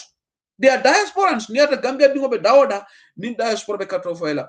Gambia dingo be Angleterre jenyata katrofaila. And you don't hear them talking about Gambians in Europe. Adam Barola ni mansikuna la diamo base ya dalta ite moila. Oh Gambia dingo membe ital Gambia because yalla nuko la support base man taraja. But inshallah albe fere wo fere tabikang. Gambia kebal alfato Gambia dingo la dual la barakoto at a walk la. At a walk la. Ya jame 300,000 voters cards tabijana lafta kala wanyarta. Mansata lamantra sinola. Ni Adam ajikita ko I support to majority. Adam should not even worry about this Gambian in God. But they are all over the place. It's very sad. Mbari new audio play right now. I come and play this. Then gonna align solely. Allah barakabaka. Thank you so much. Ale la moy Mamadou Sabali la. Midi people to amanta midi people to la. Hada nyir to ade walela. Ale nyini damna nganta be hada nyir to la. Hada barola nyin to menta pansta dia siata dala se million muanti. Mari njao sekoto iko kodo man soto ide tibe senela la tiyo sanna men Allahu akbar. Koma ke hada nyiro tima. Kiyankol Adama Baro anakalla kiyanga dunta fintida amalla sila kufo amalla jikuko Adama Baro emana ko kiyankol ye bawo bari ko la akaye farole dim tolla bari wolum kunum lamin sanele na sedoti ndata kiyan jumar ay farole ben tama bari bungi tara kiyane wol setane ya bari Adama Baro ay mure fo kiyan ala to atata nata kuma kiline faramanta naje akaye samol le bondina tubabu du adi control abe wolle sambara kiya ko kiya mu forest ole ti bang ko kiya mu zule ti bang ko kiya ngol ba ma ko ako sate obe te ta ko kunten fanaya manye ko ke fanna woli ya buka tei adu ngala ko kiya ngol aje ku gal fanare forode malti al manjidal fanna ngala ko kiya ngol al nana de sonna moye dal ali ya jamena la sanyi mwani fula al nalla sila kati baro lebi bara la foro ya yo mudalde woto ni ya jawe ma nyaadum kiyanna Adama Baro kana nyaadum kiyanna na e samol samanan ala fa e kontina e samba amanga mangunda kabre ma punta mo lola kabre Adama Baro e punta mo lola ya do min dole manga mangunda muna na be samol samanan kiyam wa en ko kiyam kol kon jele nyaadum alla bar forore ma jire al kuma fatale de al kana son Adama Baro e tulungalla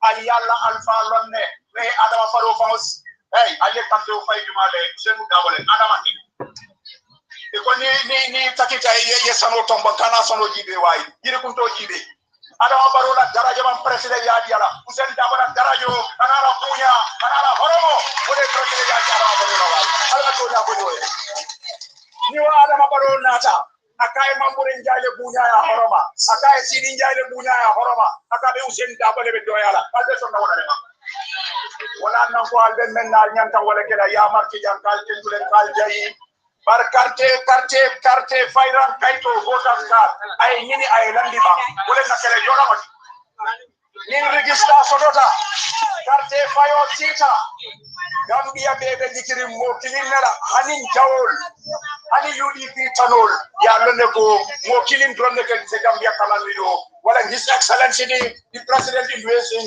alhaji honorable lawyer Usainu Dabo alala parte udi wala ala bara aida tande ko kiyam ko la magamo al magamo warada Gambia ya kalamuta diaspora ya kalamuta sai kiyam ko la mo example dolde wala la dolde no kabrin ko ina la example o set la dron bari badi gum gol pareta all badi gum jino kanade mal ala la wala fala all badi gum jino kanale wadal be ko kuto al sedo ko wala fa barki yang dele nyaadu ngalla mo be fi bar UDP ko buka haji ka kuma fodo so tarta la woto kay ko le so ke bori nyaawo nyaay kala ba ko so la le bari maya mari soto be mendi la kiyam kolla UDP la foto ko ka modoli ya mari kiyam ko le silo men tambe sata bari Gambia musol bawo ni musol la pengoleti doku be Gambia banko kanjang altolle ka tambi nyato hani Adama Barrow asita state house monakina because Gambia musol le winter Gambia kusen ndabo yol sorong anin lamaram nyol anin lamin dambul dibanyol Gambia musol le wulita wolle fintita mol nyato Adama Barrow la campaign fana ni musol ma wuli Adama Barrow te na state house par Adama Barrow de kabiri ngati dun ka state house ake modul le gede amang Gambia musol gede kabiri Adama Barrow dun ka state house Adama Barrow sidin jay le ge ay wala sikaya sikandi ay fala so diara ani ngodo e farka dala ko na ko kato Adama Barrow ni nata Gambia musol la ay mambure jay le ge ani tangara ay woto tay wol di wolela wol ani wolle ka tiple no la dunia ton kon nano be Gambia musol ay ta ma fa male men fango en ni kuya ayen sunu ayen kamba wole Adama Barrow ko coronavirus en asman ko dole samanan musol na do ko to bara akaye ko dole so da badi la chago menu ke fawadi Adama Barrow la ko man kala okay badi wala mabol sabaliti abe jam kan kiam ni ongoing in be jam kan there's grassroots politics aling alla moy ni audio do fanonna andi kuya whatsapp ake abala sapaki mfongo la dindingol min yalla ko sama alifallo mfongo la dindingol min yalla ko lafake ko Ousainou Dabo mfongo la dindingol lo min yalla ko be lafle tabi Adama Barrow la wo dindingolu Adama Barrow na la direction o mole nanan jang ko president lo kamboyo yena e dun kian kono imal jo fenna dindingol ye boy fongo to ye fongo je yi ko batunga la president ono ma dindi yaka ndesa nintala mbella la ngasino bara wala na jolal ni la dindingo fati ko kumbo jolal be janne way hakilo bulandi même fo barin kel konto na mini yalon koy botan nan foñi kana ka futal la jang foñi la constituency 5 OB ka bari foñi jarol foñi bintang foñi berefet foñi kansala di be nata nan jande la ciamol nan nata jande inin aliya badi yami julo sunguri ba no ma kabirin kunu be foñi no be ko tian no ma jang be tantula be jayila mistanya smal tantula mbal jayila wala tindi ngolu musolu mbal danela ntolle ka wulu bi alanga na dindingol muta ngadani roke okulu senu da bon kumbale obe bankoto mbe danila with your permission sir mbe UN danila United Nations mbe danila la fitale intervene e dado nyu koto ko Adama Barrow na president abe la dindingol le use kan abe changa bis ke kan kana dindingol sika ke do ni politiko ko ke kasara wulo kono mbe UN danila mbe UNICEF danila mbe ECOWAS danila mbe dunia be danila pour ya intervene parce que Adama Barrow fe man tuaje sai fo ma sai asiro la duntala akona dinno la bolle kasara la parce que ala ka fo mo le yake kana dinno bote ke sama wulo kono iko dole ji moto ko de keta jiro dinno ko moto ilo ikaka lola i dinno jolonta ya dol bote ya jolo wulo kono ya dol jindi wulo kono ko itame singolla wulula la musola ala ngan dingol muta Adama manke man sate Adama mutilimba loleti parce que dingo men banka man konda takelala munana dol musol men mo batala nowa so tatilinda sinola ndingol do bangurun kol kono ngebe mbutela ibe ndingol sikrebe halakila wanyama woto dindingol fana mbali yamar la albe do yari nyawnya lal wulula la kama moy al wulula la kama moy ale sabatal wulula noma fonni kelo al nyaabe nyinnale nyin dindingol folo ta nyama al folo tor nya fosi albi setta aksita sanyi tan sela woto makati bayo mo minti wala nyete ko fonni ke fako fe yalo kay carte soto ore sita sanyi tan sela fere ke nyin carte January ibe carte kayto dila ali be rang ke bakanal sabaje nimmi mbamam kunin ateketeki nimmi fama wuling ateketi ka fay baba nga sori nyin rato ngata nga votas kan nyina le banko di yaga to tan ni Adama Barrow la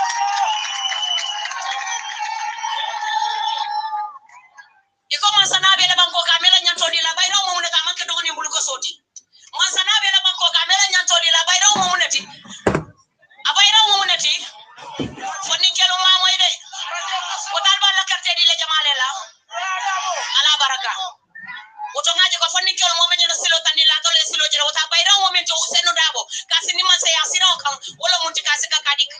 di ala alla nyantolom ni wo botaje musolu alangan kel kacandi ndingolu nkel famo yela carte saka yadi usenu dagola tilimbali ambe be keri banko ka sabanno ikoni ko be banko kan imanta kelala dia ngoni ndogoni bulko sole ba kella munemu ninyi silo mandoku alla nyi silo kabere nata je bara fa warata adama baro bina bal ne la jam aba fala limbal silo dokula aba fala limba kala teng muna hadama de umi yalla ko membu ko adama baro president adama baro ay usenu dago jamfa oto adama ta butula moy dunya balu ko tenke oto adama ni mota la hido sitele ko tenka yetuje jam fon tungolom la hitti nyarangolom lalom wota la fa adama ko nana ta nala ketu ko mo ala ngay tan yal ko tol musolon tol kudin tali o mo fanna kilinti dimba yala karola fanna fula nyango mba dan la musola li so baki tol musol le ka wulu de bari bi musomi ka fa tingoto dan tala ko Gambian women life matters muna ne ko Gambian women life matters because kata tingoto le silol buka soto borol buka soto fegol buka soto musol be halakila ni metti goto nga fa ndigol e fa adama nyonta Gambia musol jola wala ba o man kan jorangoti yemira nyi silola almon tankala sasa ba rebo de yake loptano mi ko bor kenol be ko kenaba MRC bare bayni o kenaba MRC baba le mun la ni mo torte ni suto dutala le besare toltala musobe timo de besare loltala ay o rang ka fejana ba futala loptano to munana tafala o talnga o kele nga boni jemba ko kan karte keso nga horrebo lu senu da bota nga sigi sira o kan ni wo botaje abala fa wartali bi bunyima yaje Gambia kono jalo ko tamala la contribution le ba ko wala tamala la yalo woto tamala min yal ko tolla ci kolum tamala min yal ko na ci kolum o tamala min yal ko na ci kolum fa ya kalam tele ko bi adama baro di wobe siri America ali yalo no ko bi adama baro jaman masa kunda nata jede puri ni adama sita puri kacha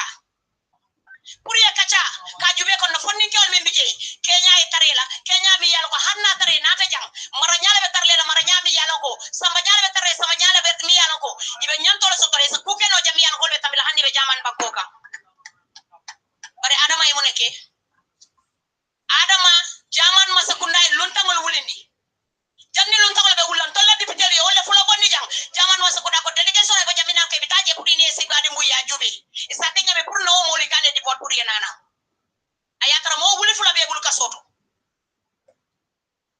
o mo wuli fulo ni be bul mo dol fana be bul kasoto je o député bote ye tate je kachata sai fe mon tuje kadum badi mun ko tege jaman masa kunda fana ina je kacha nda député ol min na tate tate yo reporto di Adam Barona la vice president ola Dr. Aissatou Touré bara fonya adama e jomunella jaman masa kunda le delegation o wulinde nya nata Gambia jang puri ni ye kacha adama ko luntangol le babula na Aissatou Touré ko luntangol le babula man kam kunda wote to mol jelano o jaman masa kunda mol sita isita ja fela wato bote silo bote murunda I murunda ikeni iyo be nyomo ilale wolba approve lale ibe na mo sigalale karwo kar mo woni luli bo sikale kamurone na député hinan tingolu min yalo kay bala fa so ke Gambia kala mota iko mo woni lul folo mi bakila na iko mo woni lulo wosiakale dugore alakan bari ta bailano bari satala ye mo tan lulu kina mbe bitilo minto di mo woni lulu dia ko ya nyanta wala kila na Gambia banko kan nyambala fa wartal adama ni obesiri America bala kan wala bala hajol na preta lengen suka na lo motol dala kake na talle bi wo mo woni lulo mi binaje binana nyami na jamale yalo wolbe lori sinkiro mi jamale yalo nyambala fa wartali ye adama ko ay lon tangala so tani Aissatou Touré ko adama len tangala so to man kam kunna oto wonta enola nasara sita jang yajo ke be doya kono yes pare de mala ko wala be ta be rola okura wala na ta ja adama mo ni tiyanna akam adama baro kay man kam ko dala nya so birin na be fitida yoni be dullati ba ade ko no wala ngara sa do do wala ak do ne be ako wala be la so ko alo ko da alo be fitida ko da ko bata Okay, by the way, UDP online bandabala. It's 20:42 p.m. in the UK, 9:42 p.m. in mainland Europe. Alang lamoy Adam Barrow from la Diamola. From the horse's mouth, I meant for about Lawyer Dabo. Alang lamoy. And Mr. Dabo is a hero today. Alang lamoy Adam Barrow. He sacrificed everything. He sacrificed his job, sacrificed his life, sacrificed his family, sacrificed his wealth. And because he have a vision, that's why he have young ones in the circle of the UDP. We fought very hard, but at the end, we have to sacrifice and contest election to make sure we free the leadership of the United Democratic Party. Ale jamfantu ngala diamo moyde. Koni hada wadi ngala kayela majala bang. Fonyi mu Adama Barola ghost leti bang. Fala twin brother lombang. For Adama Manasi nata tinyarola te mo kilung le diam kanne. Mbati nga rewind. This is the same Adama Baro. Menka liam ka fuko nata ma winu modo lu betale la kabro le kono. Ibe udol bade lale. Ali lamoy ungrateful Adama Barola. Heartless Adama Baro. Jamfantungo Adama Baro. Wallahi modol be comment la jay be fake profile ko I suspect the people behind the name Mario Lone because ila staferolo ila real profile be osabe yalong if you are operating a fake account be tip kilindi la jam alman smart if you are operating a fake profile people are more intelligent or people have studied human psychology. Some people can decode words not all more no. If you are call yourself Ibrahim Khalilu Nyang o mangila ninti. But in a real profile, people can connect. I suspect the person behind this account, but it's not my problem. I made a comment. These are the Nulom Banku din Jawolti. And Nulom multimedia alongo in the struggle. Ibuka diamunu. Biri moldo ya jabe kelela. Ibebe dairy la bunkono in their comfort zones. Today Nulom opportunist tolti 101. Opportunist 101. Nulom. Imala fi Adama Barola de. Even Nafamin Soto Jebe Olo Soto Kan. Nulom Banku din Jawolti. These are the bad citizens. And I suspect the person behind this account, but Ntamari embarrassed. A real account, akamen safeji, akamen safe, and akamen safe jam, abola safekan, and I can connect the dots. But let me go to the most substantive issues. Let me just replay voice of one of the most ungrateful Gambians, Adama Barrow. Ali Lamayu Alam. And Mr. Dabo is a hero today.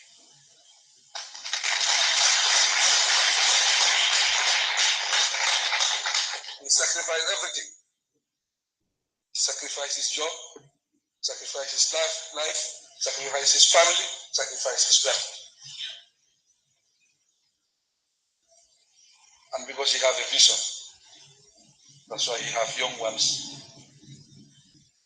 in the circle of the UDP.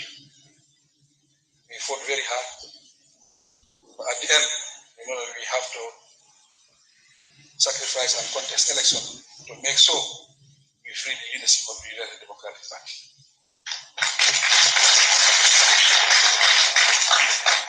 Everybody thought that it cannot happen, including Yajan. He underrated us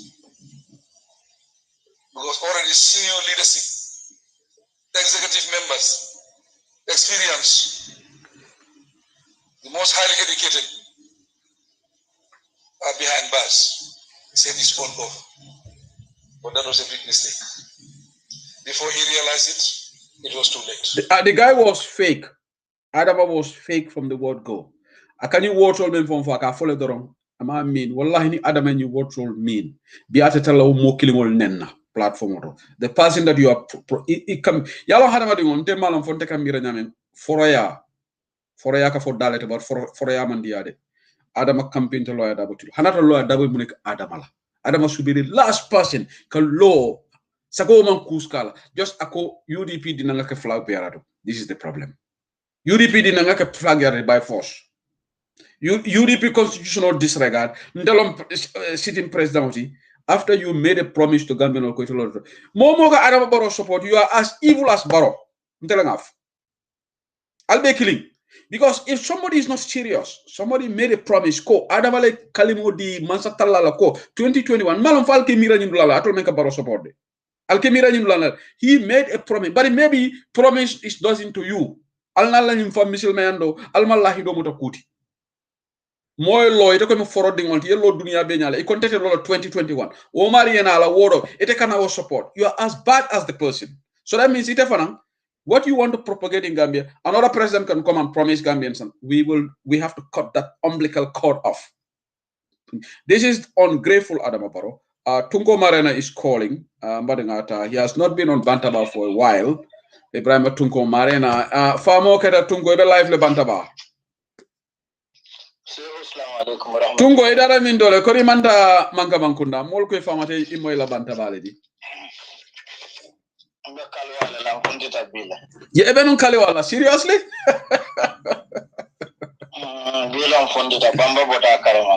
Oh, okay. So, to go even Kaliwakele.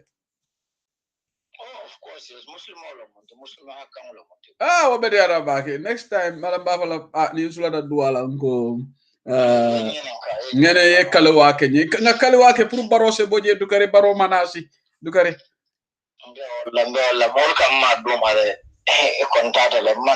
No, tegale manta, tegalo iteta. You are principal. I'm okay. I'm alive and kicking. So what is the latest, Tunko? What's the latest? Ila baro mana sila to ya nyadile. Follow right now. If my comment barola court right now. Ha. Yalong alta lama so I had a madung ayalong back. Bari ne natana gibe alkurano ay taman sero lefa ko hypocrite. The alkurano 3 examples ledi about a hypocrite. Ha, nafiko taman sero. Nafiko la taman sero. Number 1, when he speaks, he tells a lie. Abuka tonya fa dala. Anele buka tonya fa daka spinne. Ha. Coming moto me yalong ka tire boss. Nafiko buka tonya fono.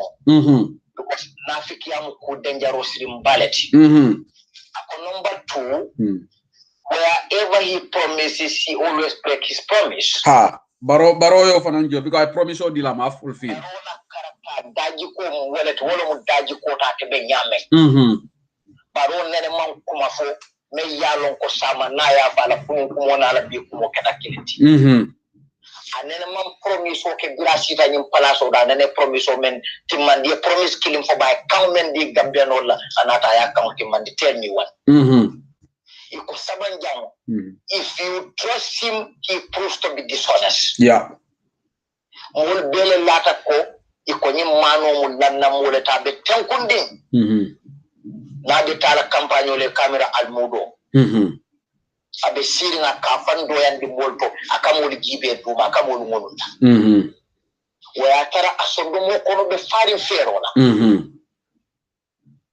Moli nyin nati. Ye to sotato. Ay kumo men fo nte nata lente mo businessman wallahi sanji saba nte ma experience so nte ma mansa kunda do kulo akonde lola 2021 nte lola 2021 yeah.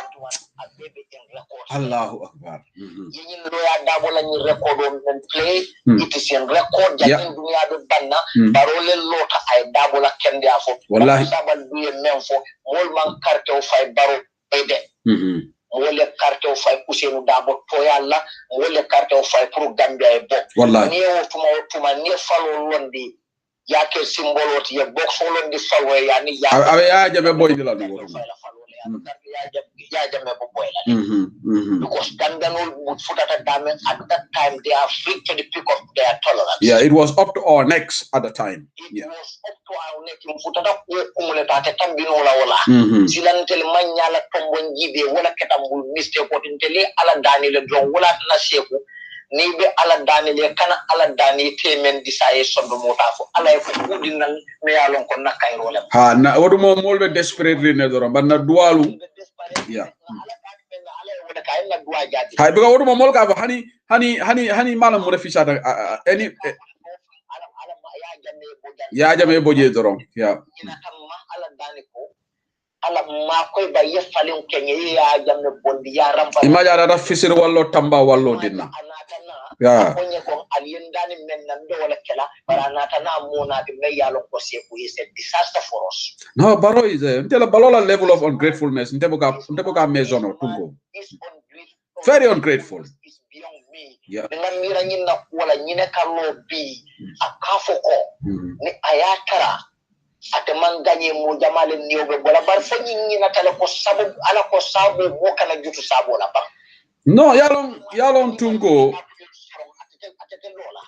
ida daga sababo la kumofo Baro doesn't believe in sababo. Baro ranke ya sababo ko wala de.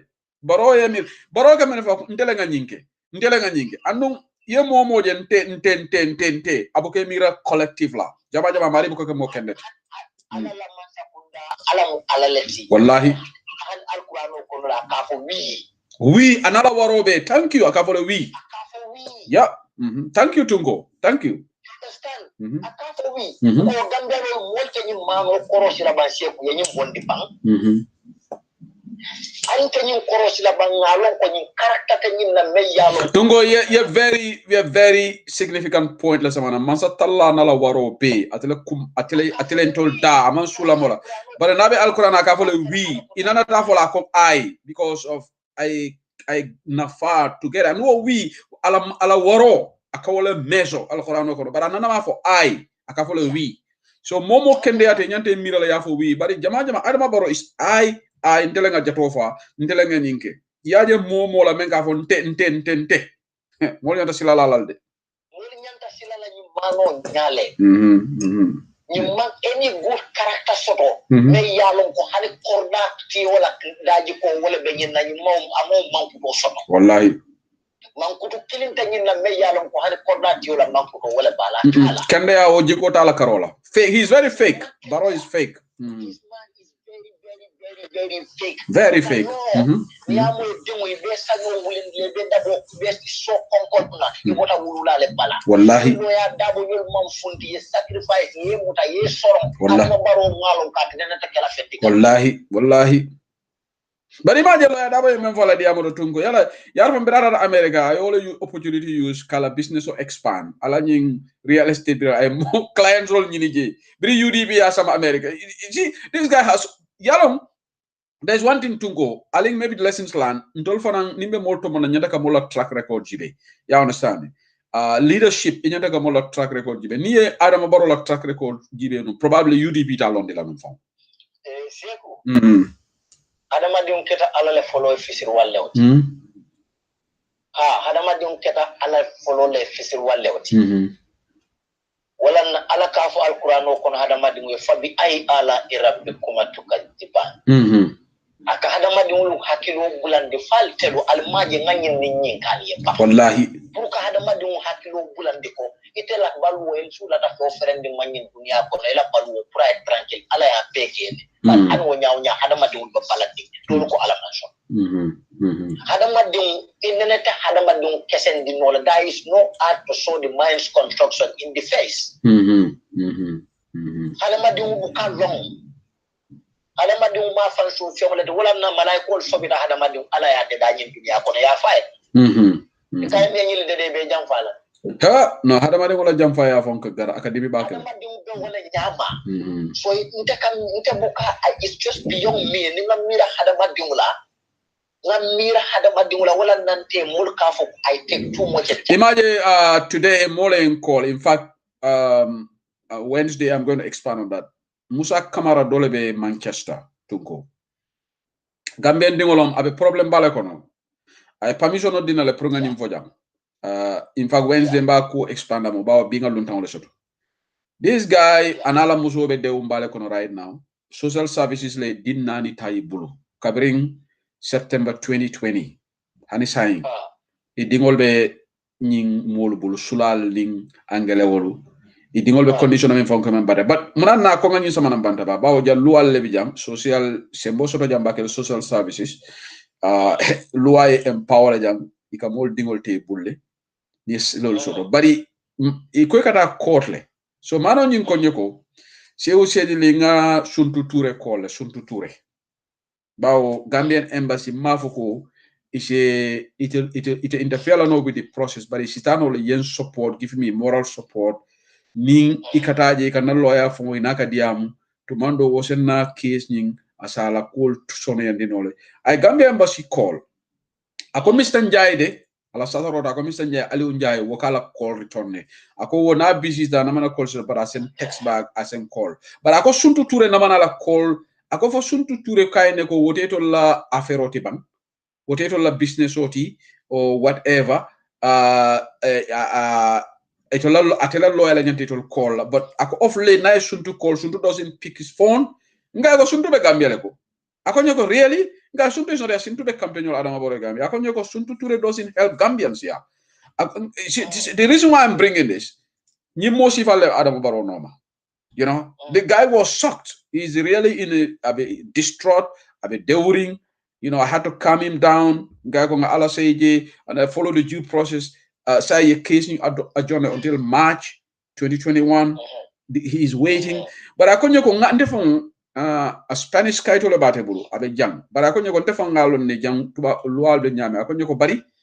Levitale embassy by told they are looking after the affairs here. I got senior clean ala satarota stuff. I got senior clean they went to attend the court sittings for Giorgio Fonkoya Foko. I'm glad to see that Gambian embassy from they are also here. I call a content about it because he felt morally supported. I call bravo do sinya kiri they disappeared. So I call Suntu Ture na I call Suntu doesn't return his call. Suntu doesn't abuka worry. And this is Suntu Ture is the Gambia first secretary. So this is the thing about Adama Barrow Nyimol. They are all kunkili nafalal. This was Bamba. Bamba would have been. Go akai Bamba call Bamba kai go yala yente bondi jele. But in I definitely the man praise Bamba Mas. Ako ba anim Bamba diam talale. Ako Bamba kaya barialon teti sign. So I'm just bringing this dimension. So Manonying he gave me a permission for me to say this, you know. But in Tala Muso Tofola, I can tell a wife Tofola, but it's a tombo folale. But the wife la nembo keep like quiet. Yeah, I understand. So this is the thing. Bamba would be at every court hearing. Bamba will be at every meeting. Yeah. You know that. Yeah. Okay, Suntu Ture, Janning Monika fall out completely. No Suntu command the Bilinga command Abeke Kunkan telephone. I called him for something. He was like skeptical. Telephone auto, it's like he's been careful. This was 2 years ago. Sondo is very sneaky person. In fact, in the conversation of our bank, I couldn't be a commander for now nation to he didn't talk to me. It's very sad. Bamba would have helped him. But they will not. He should have, stood by the man morally, psychologically, Gambian development, your law pay a you can do it, but in a moral support that make a big difference. So it can have a moneko at a labo or stuff like that. Now, Gambian development the problem. Wallahi, it's very sad. Very sad.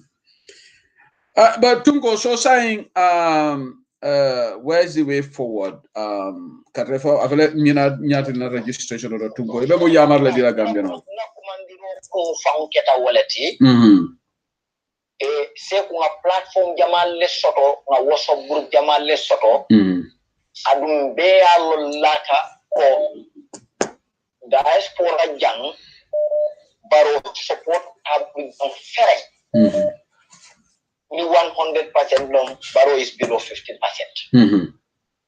So Gambiano na api moment na kumandiro keta waleti ko molia kata bang ye parendiro ka kaytol mel batinebe ay be register no la jang ibe voters card soto no la jang pour ye vote e ko mandiro ke walla kana tara sirin jay mu Gambia noti Gambia kayti tebulu me yalon ko ni mo ni IEC nata diaspora jang pour be mo register la pour nga carte o fay nani wuri ba kenzo akana ke kenzentire nani wuri ba itemu ami dabo drame ci itemu fat saus e fatu drame sauti kayita tete buli ibe men president la IEC ma jang pour ye register carte o soto pour ye carte o fay anu kukili nom we cannot expect IEC to visit all the major towns nin lungo mene announce ko for example nin UK je ba kala London ni wala ba kala Birmingham la Manchester momo day of ta a jarete la lungo kodo se die nyawnya day of ta wolo ye travel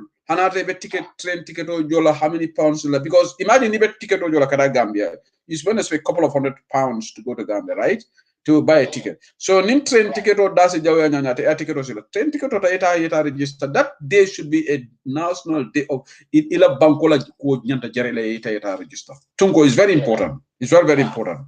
It's very important. Momo kela mwenye program la siya kung task ila every program carry Gambian on Melbourne diaspora carry remind by before nga dati wala not only Gambian even Melbourne so kono registration in general nga program dati ni wala registration is very important ikana ke mamun sise yatara shirin Germany Gambia passport table ID card table birth certificate table pen table ikafo be UDP le IEC na Germany man fem present no be voters card dile la menela wuri bani la poli boy ke kese wallahi men fanal be Gambia registration of felenti early part of the yaloma be datila on the 14th abe datila yes amanke ko nyanta nte ko do bondi la laban fo laban be ID card ko la fo laban ala binan jomol dila ha but it's a you know ni birth certificate right amanke ko ni ID card da male soto inyanta ka Gambia voters card so criteria bijele ni man birth certificate o soto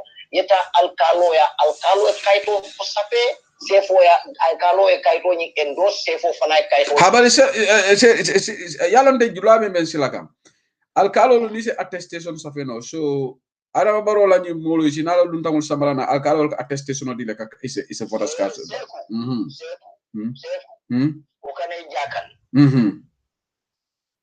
ye ntela ni tebe fe ala mol be UDP wol tulunte wol bala biri ya jamme jamano nte moli jele UDP ikamo bondi round e kafa eta carte o fare mulun tamulti you can challenge it ikamo kafa ya ko eta carte o faila registration la fana Gambia no nga lonne ya ndamale nyolonne ya so ibe sato men people have to be vigilant all over be mol le soto la mel yalon ko be tarla nyin dal to mol yenne mel yalon ko be register la Batungo, what about with this diaspora voting? If somebody comes to Gambia, alkalo attestation ay muru across the border in the village in Senegal, alkalo vengo di la ite voters card so nita da diaspora voting Gambia no la card follow. You just go and queue and UDP cannot man all these polling stations in the sub-region. Do we have the resources and to go and every polling station? We have to do that because never still in Guinea, Mauritania, Senegal, Europe jamman sila janna because they cannot infiltrate here. But near debe diamukan sub-regional. So we have to be ready. Volunteer also to Mauritania, they will be ready to do that. Because even in Kaiti Sunya Mengla, Yamera Foiba Kala Gambiale, if it ala Yamuru Guinea or Guinea Bissau, ita katrofaiji. This is what they're going to do to go. We need to be vigilant. It's not gonna work. Yeah. It's not gonna work. I am not scared. It doesn't even bother me because I know it's not gonna work for them. No. Alama ala okay. Make sure ino ka presente mo le katara je to ni IEC la penko jibe ba gelal. People can contest against another person ka defo ita manyana voters card sotola. Yeah. So adu mo be fane sacrifice la mo be préparer la nyinale pour ka volunteer ka jeko yetara mo monitor la dulal beto the length and breadth of the Gambia and even beyond. Like in London jang ndata carte fayola wala ndata register No, in fact, Senegal can make it. I think that's what they should do because you're Senegal, Gambia, Senegalese la High Commission member Gambia. So Gambia let them go to the Gambian embassy. So more behind the border. Go and travel. You buy your ticket and go to the Gambian High Commission in Dakar and vote, right? So whatever you can minimize like but near police station can you start also this is going to be a disaster to go. Like I said, it doesn't bother. Even though in Yaya Jammeh's case, there was nothing like diaspora voting because in the simple fact that Yaya Jammeh alone support Tabu Jam. Okay, umanke ataka bilis men na wolon ka carte wol ka fu nyoma ka ferol ke pour mol si carte o fay nyame. But then even though Barote at a walk no lie is not gonna work. Say who proka mo ka kaito di mola me yalon ka amanke banku demoti ka gula process be no mo fana manke puti me yalon ko ku fe malamde. Yeah. Ni tamu Senegal soti. Muna ne betar la Dakar de rim pour Gambia kaito di lete carte fay ilafta kala tur wo bata be la le bankalon ko eta manke Gambia. How much money are they going to offer you? Wallahi.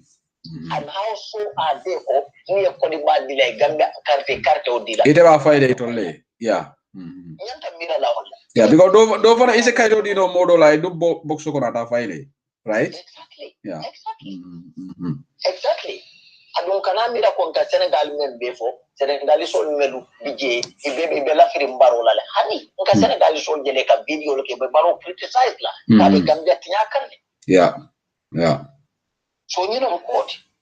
Good point to go. Thank you. Alanga dia mo nga nyinkel wolu kumoti.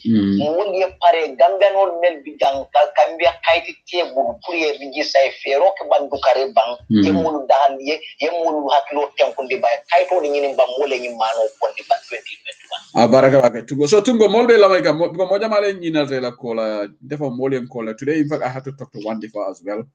No Wandifa kola because Wandifa la program last week and Wandifa will be coming after the new year. He'll be coming. He'll be definitely coming frequently after the new year, maybe Thursdays. More ko informate jël in Bambala program. Is that coming up anytime soon, Tunko? Yes. A lot of people have reached out to me. Molium command the voice message or to message Jama. Yeah. Therefore, mo jamala ka budget. Mune kera Tunko la. Yarande bukan jembe fem post la Facebook auto buka comment buka live Facebook fan watch.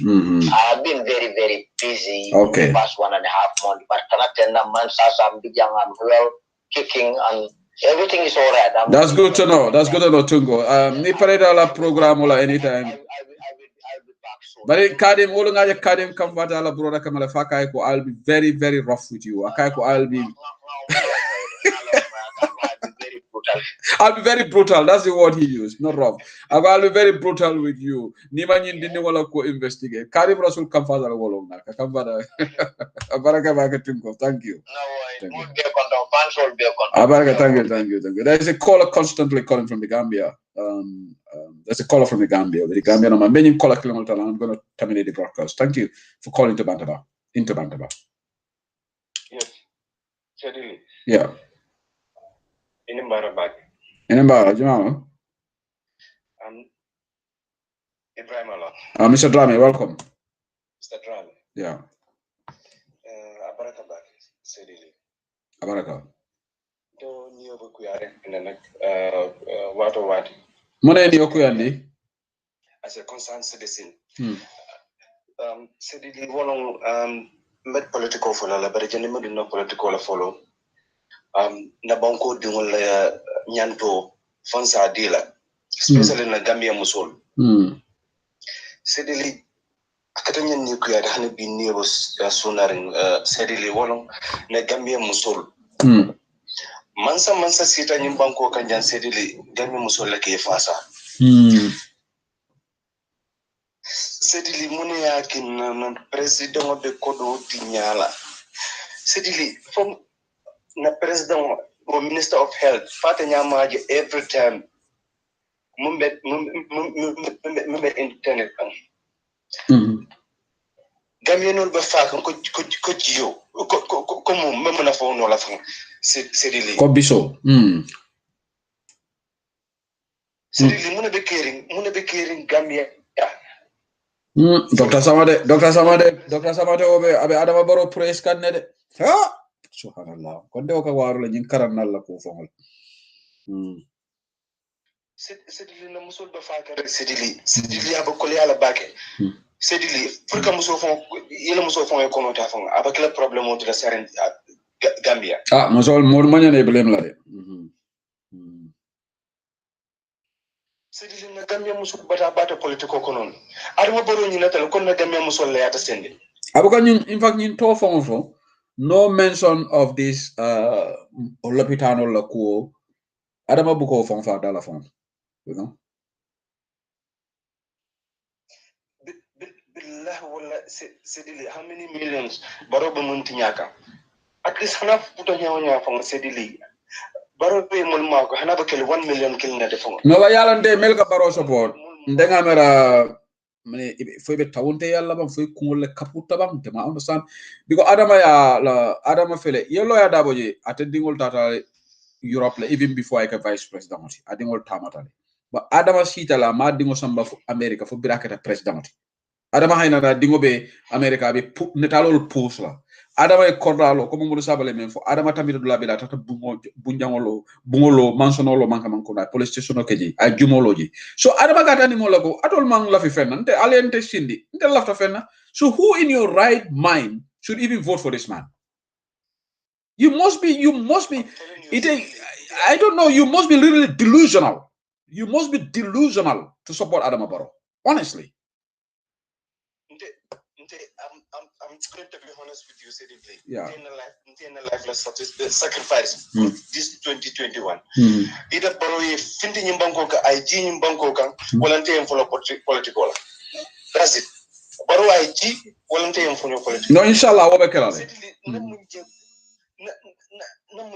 Because Gambia no, na last chance. Either UDP mansa kunda na IC volunteering for your political. Because ntenyi bata be jino because Gambia the problem every day careful him ka panu. No, but this is going to be make or break for us, Mr. Drame. We have to stop this man, inshallah, democratically. We have to, you know, because Nimbaro winter is going to be a disaster for Gambia.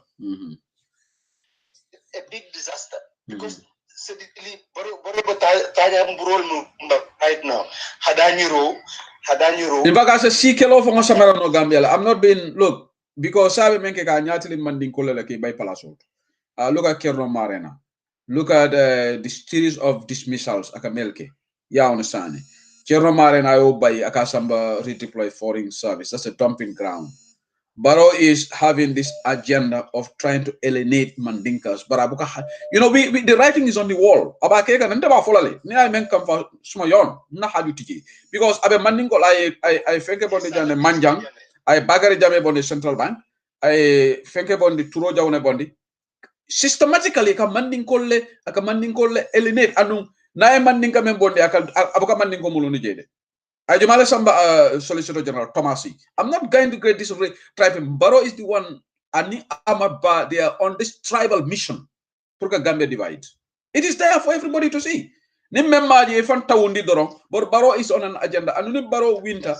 Let me tell you one thing. More ka Barrow support jang abe menkela manding kola nasida 2021. Wala be tambila abe menke kan say. Tell enough. You know. And that's the fact. Because Salabins move for Cabinet program or Salabins in the back and to the back. Mola Mumiyalong ala agenda can support back. Always nice of a peaceful. Because of my example of Talatel. After Muflo, I can't monologue. Political about can Amanka about can see all. But I can look about can Muna move a banco Samalanya. I more Gemuyalang Anyabo.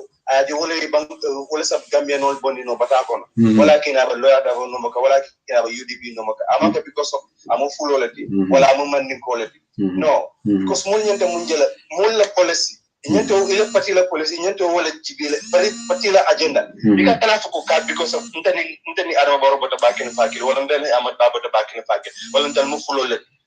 Oh my God, this person, I did say that you are the last caller, but somebody is persistently calling from Gambia as well. Mr. Drama, point wide up. Let me take this call. I wasn't going to take another call, but I already made a call consistently. So just finish your point. No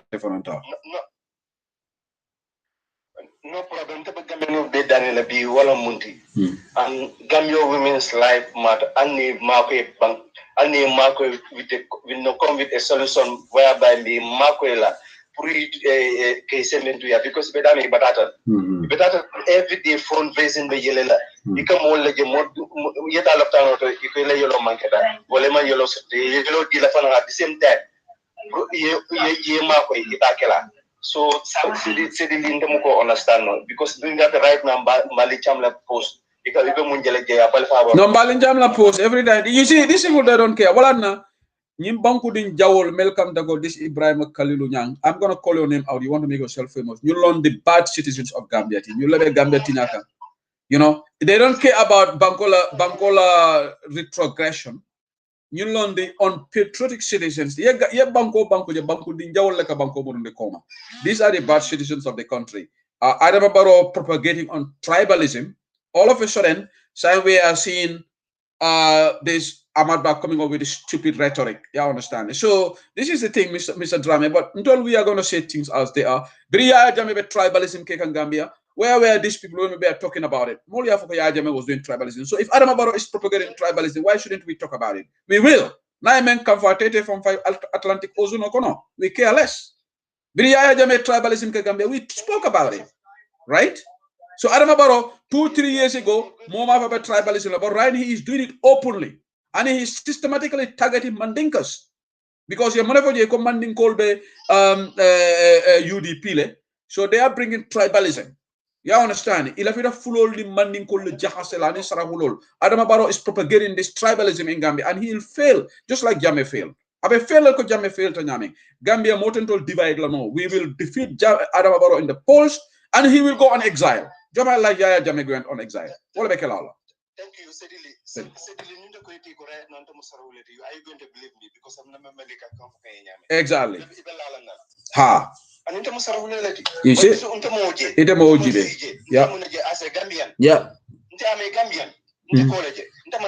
Yeah. And I'm proud to speak the Mandinka language. Yeah. And because I'm a Kuti, because they are the majority. Yeah. Yeah. And that's Senegal. No. So that's the fact. Abaraka, Mr. Drame, let me take this other caller. Thank you. Okay, thank you, Mr. Drame. There's a caller from Gambia. Yes, salam alaikum warahmatullah. Mr. Sehu. Wow, Kanla? Yes, Babu signal. Yeah, signal. Acha, bismillah. Yes, comme foreign jeexane rek foofu lay commencé, you know, man maa ngi nii olof la ba pare maa ngi nii biir UDP is United Democratic Party xoolu soose xoolu babara jola is United Democratic Party, you know, ñun doomi réew mi leen ñoo xamante ni dañ bëgg a génne réew mi ci nguur bu bon ci loxo yu bon yu nekk mooy ci loxo Adama Barrow loolu moo ñu ñor because you know képp kuy wax na UDP parti social la dafa mel ni da ngay propagande loolu pour yàq rek waaye UDP United Democratic Party la ak yéen cinq ñoom single ñaasi ñoom nangam etc ñoom ñëpp ñu ngi si parti bi c'est different tribe leen Adama Barrow na bàyyi di jaxase askan wi Amat Bah na bàyyi di jaxase askan wi Siri Ndiaye na bàyyi di jaxase askan wi because man mënuma understand Siri Ndiaye mi taxawoon Westfield ba ki dem moo Ndiaye na Adama Barrow du waate Gambie Siri Ndiaye moom nga day gis ci podium yi mu toog non man mënuma understand ñun ban réew lañu nekk still now Gambie dafa bëri hypocrite dafa bëri ñoo xamante ni doy na waar de ñoo xamante ni du dee wax dëgg nañ wax dëgg ngir yàlla nañ jëm a génnee nguur gi ci loxo yu bon yu mu nekk ba pare seew lopitaan Banjul jigéen yi sonn nañ de Banjul lopitaan jigéen ñaa ngi complain jigéen ñaa ngi washing ñu ngi dee every day jigéen ñi sonn nañ Banjul jigéen ñi sonn nañ Gambie jigéen ñi sonn nañ private clinique yu nekk fii nii ñu ngi overseer ay 35,000 29,000 baadoola bu amul loo añee baadoola bu amul loo reere munoo fayal sa jabar léebo 29,000 wala 30,000 pour mu am doom suñ jigéen yaa ngi dee Banjul ñu ngi dee Kanifing because of lan ñàkk a take care buñ ne ñàkk a take care because of lan Banjul lopitaan garab yu baax yëpp génne nañ ko fa. Banjul lopitaan amul deret Banjul lopitaan seen douche yi baaxul Banjul lopitaan ñi nga xamante ni ñoo yóbbu maladie amuñ fuñ fanaan so anam million yi dégg ci biir réew mi Adama Barrow daaw bi mu demee too bi mu demoon daaw ban njëriñ la am ren loolu istil naaw damaa na ci àll bi di nax baadoolo yi di nax baykat yi di leen dig loo xamante ni du ko def because dafa jot nag ñu eewu because Adama Barrow li mu digge woon daaw yëpp def ko.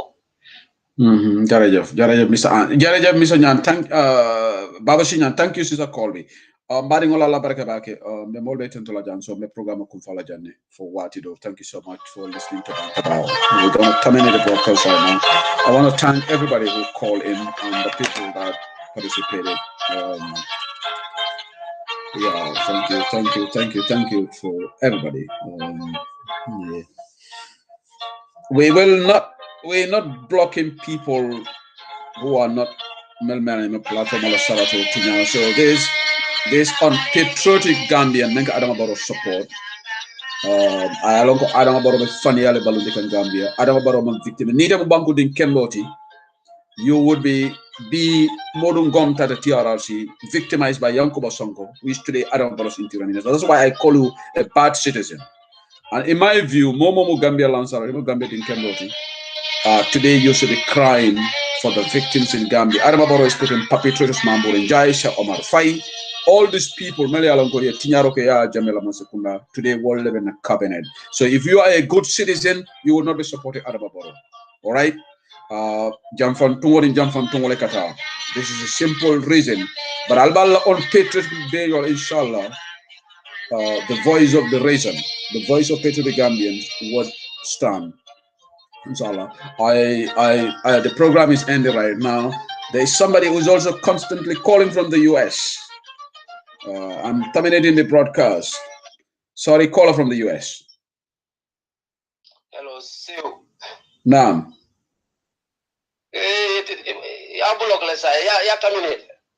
I'm closing, but yeah, I'm closing it right now. But it's a diamno, Idrissa, yeah. Yeah, it's a diamno, but I'll give you 2 minutes, yeah. Okay, no question is 1 minute and question is a party without a manifesto, without a proper structure, is it eligible to contest an election? Well, the requirement is Inyantela Congress Kerala, but malum for a party without a manifesto, because near registered money manifesto long, whether that is one of the requirements to contest an election. But I think Inyanteka mandatory, Inyanteka Congress okay, Inyanteka what that is, but not in terms of manifesto. But Yalong Nimbanko Mealonko. People are well informed. Adama Barrow anyana hani 5% of the votes total because Adama Mala manifesto kela. You know, you can't look for votes in the US or Canada. I think you don't have a manifesto. This is a party has been established. Manifesto table, they have no idea. It's a party of Mol Melialonko loose canon sol lebesiarinji, Kawiyo lebesiarinji, Jahilo lesiataje, Karambalo lesiataje. It is there, it's all evident. Ila leader from among, you know, it's so a depth of understanding is very shallow. I wanted to make this into my wall. Yeah. In Western world. Yeah.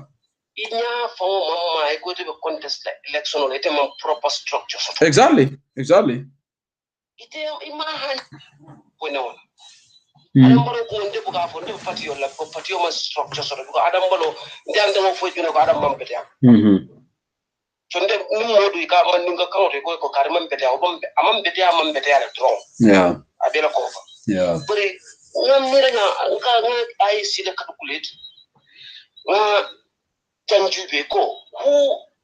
How can somebody, a political party without a proper structure, executive level? Do you know that? No, we don't know. They haven't announced it, but they have to. They have to do a congress. They have to. PPP ngama go organize congress in February le so malawadi jumala NPP la congress kala. NPP no manifesto. They have no policy, no programs. This is jahas bahas me silole lola jana me gola kala jang. They are all over the place. Well, it will be an insult to Gambians to even elect this president, because that means Ndola Banko, we are living in pre-medieval times, honestly. Yeah. Very excellent. This is what I want to say. I thank Tunko Maria, Lafa Komodo for Tunko for comment. Ala for Buka for more than Ala Bukof. Ala Kafole, we. Alcorano, Akafa Nava Diam Lakavole, we.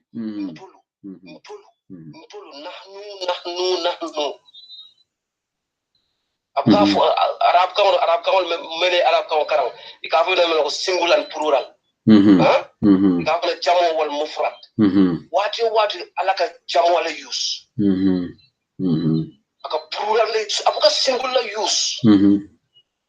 Aka Ninaka ni Mulako, Ala Yamasakunda for Flota. Egola Soti Jam Egola launching on the 31st of January. NPP. Ego and Yalon Ying. Oka contest no election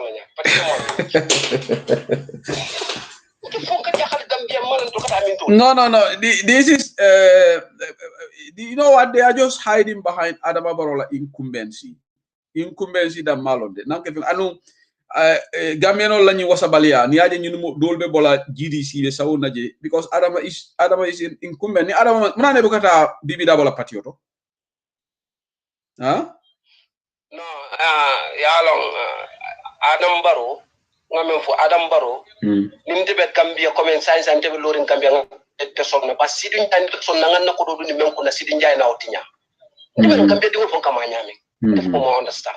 Nimte be tubabu du ngan na ko do ndi Adam Baro kunna pour ay ka mansal sidin jay ko wote kala. Ko moli porita. Nta sidin Adam Baro na ganye sidin jay burani ya jamme ay murna Adam Baro tambino kala to la ko don to ngot ni men ko na ko madu ni mag gango ko na pour Adam e ka mansati sidin jay na inna fa wala. It's sad. Nte kaje hormanta ya baleti. Nte kaje wolti hormanta ya ba imo mulu bunya ime fon bunya dunya ko ni be tambin ba fulete si wala bi ni mobe dunna ko fenne bi nyanda men tambinda ni ko yo ye ko kuti je wala ika bunya la folo tambindi ye bula bunya no ni bunya tu ikoma ite tambida bunya nyato ite buka bunya soto bunya te futale tem.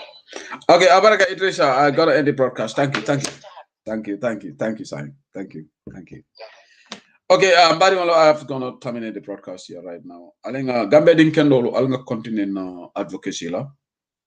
Momo yalonko balafa tiobe bala.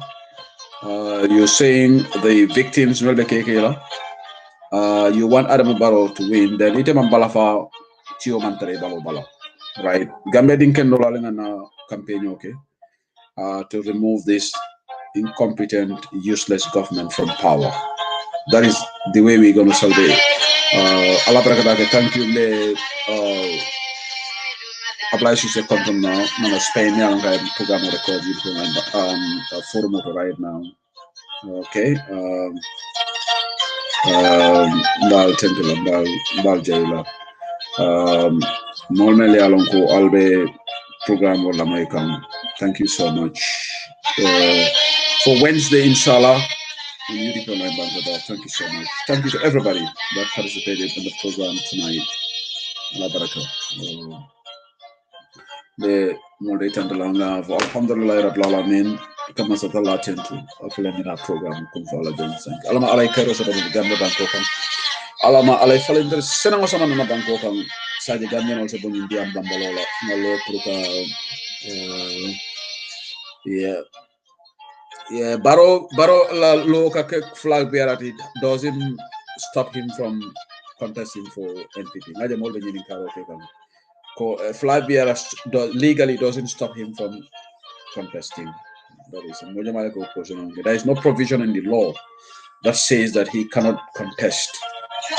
You know, that was just a gentleman's agreement for him to resign from the UDP. Gentleman's agreement. It's not based on the constitution. It's not based on law.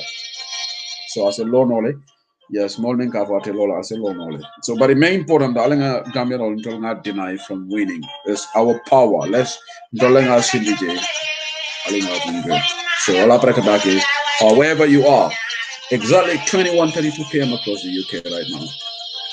Thank you. Until we converge here on Wednesday, say good night wherever you are, and good afternoon in some parts of the US. Allah barakah.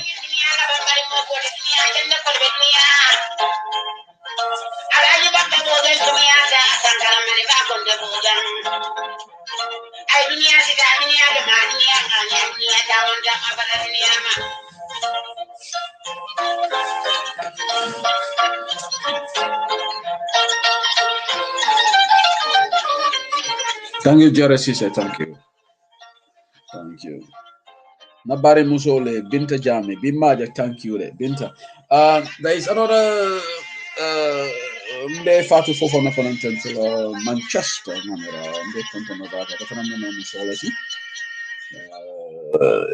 Nadia Antonio was over on Bate de la Vaque, Ma Sedili family, La Musolo, what he, Ben, thank you if you are listening to the show. Thank you so much. Madam Fofana, we spoke yesterday. Thank you for contacting me. Thank you so much. Thank you. Thomas Te Kusane. Thank you, Wade and so. Thank you, everybody. Thank you, Babu Gambia Sinan. Thank you. Thank you. Thank you, Mormally Alon, how the program. Thank you, everybody. Thank you.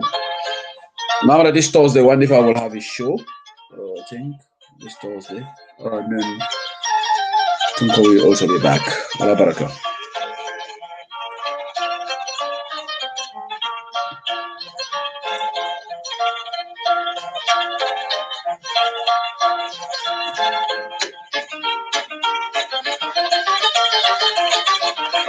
Thank you, Mamum Caesar. Thank you.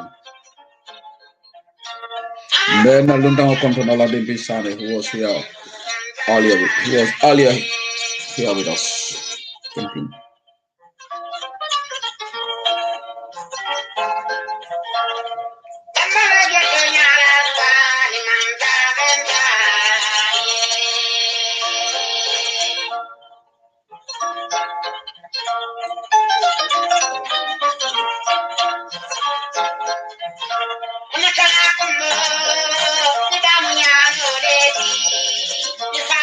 Thank you, Shehu Silla.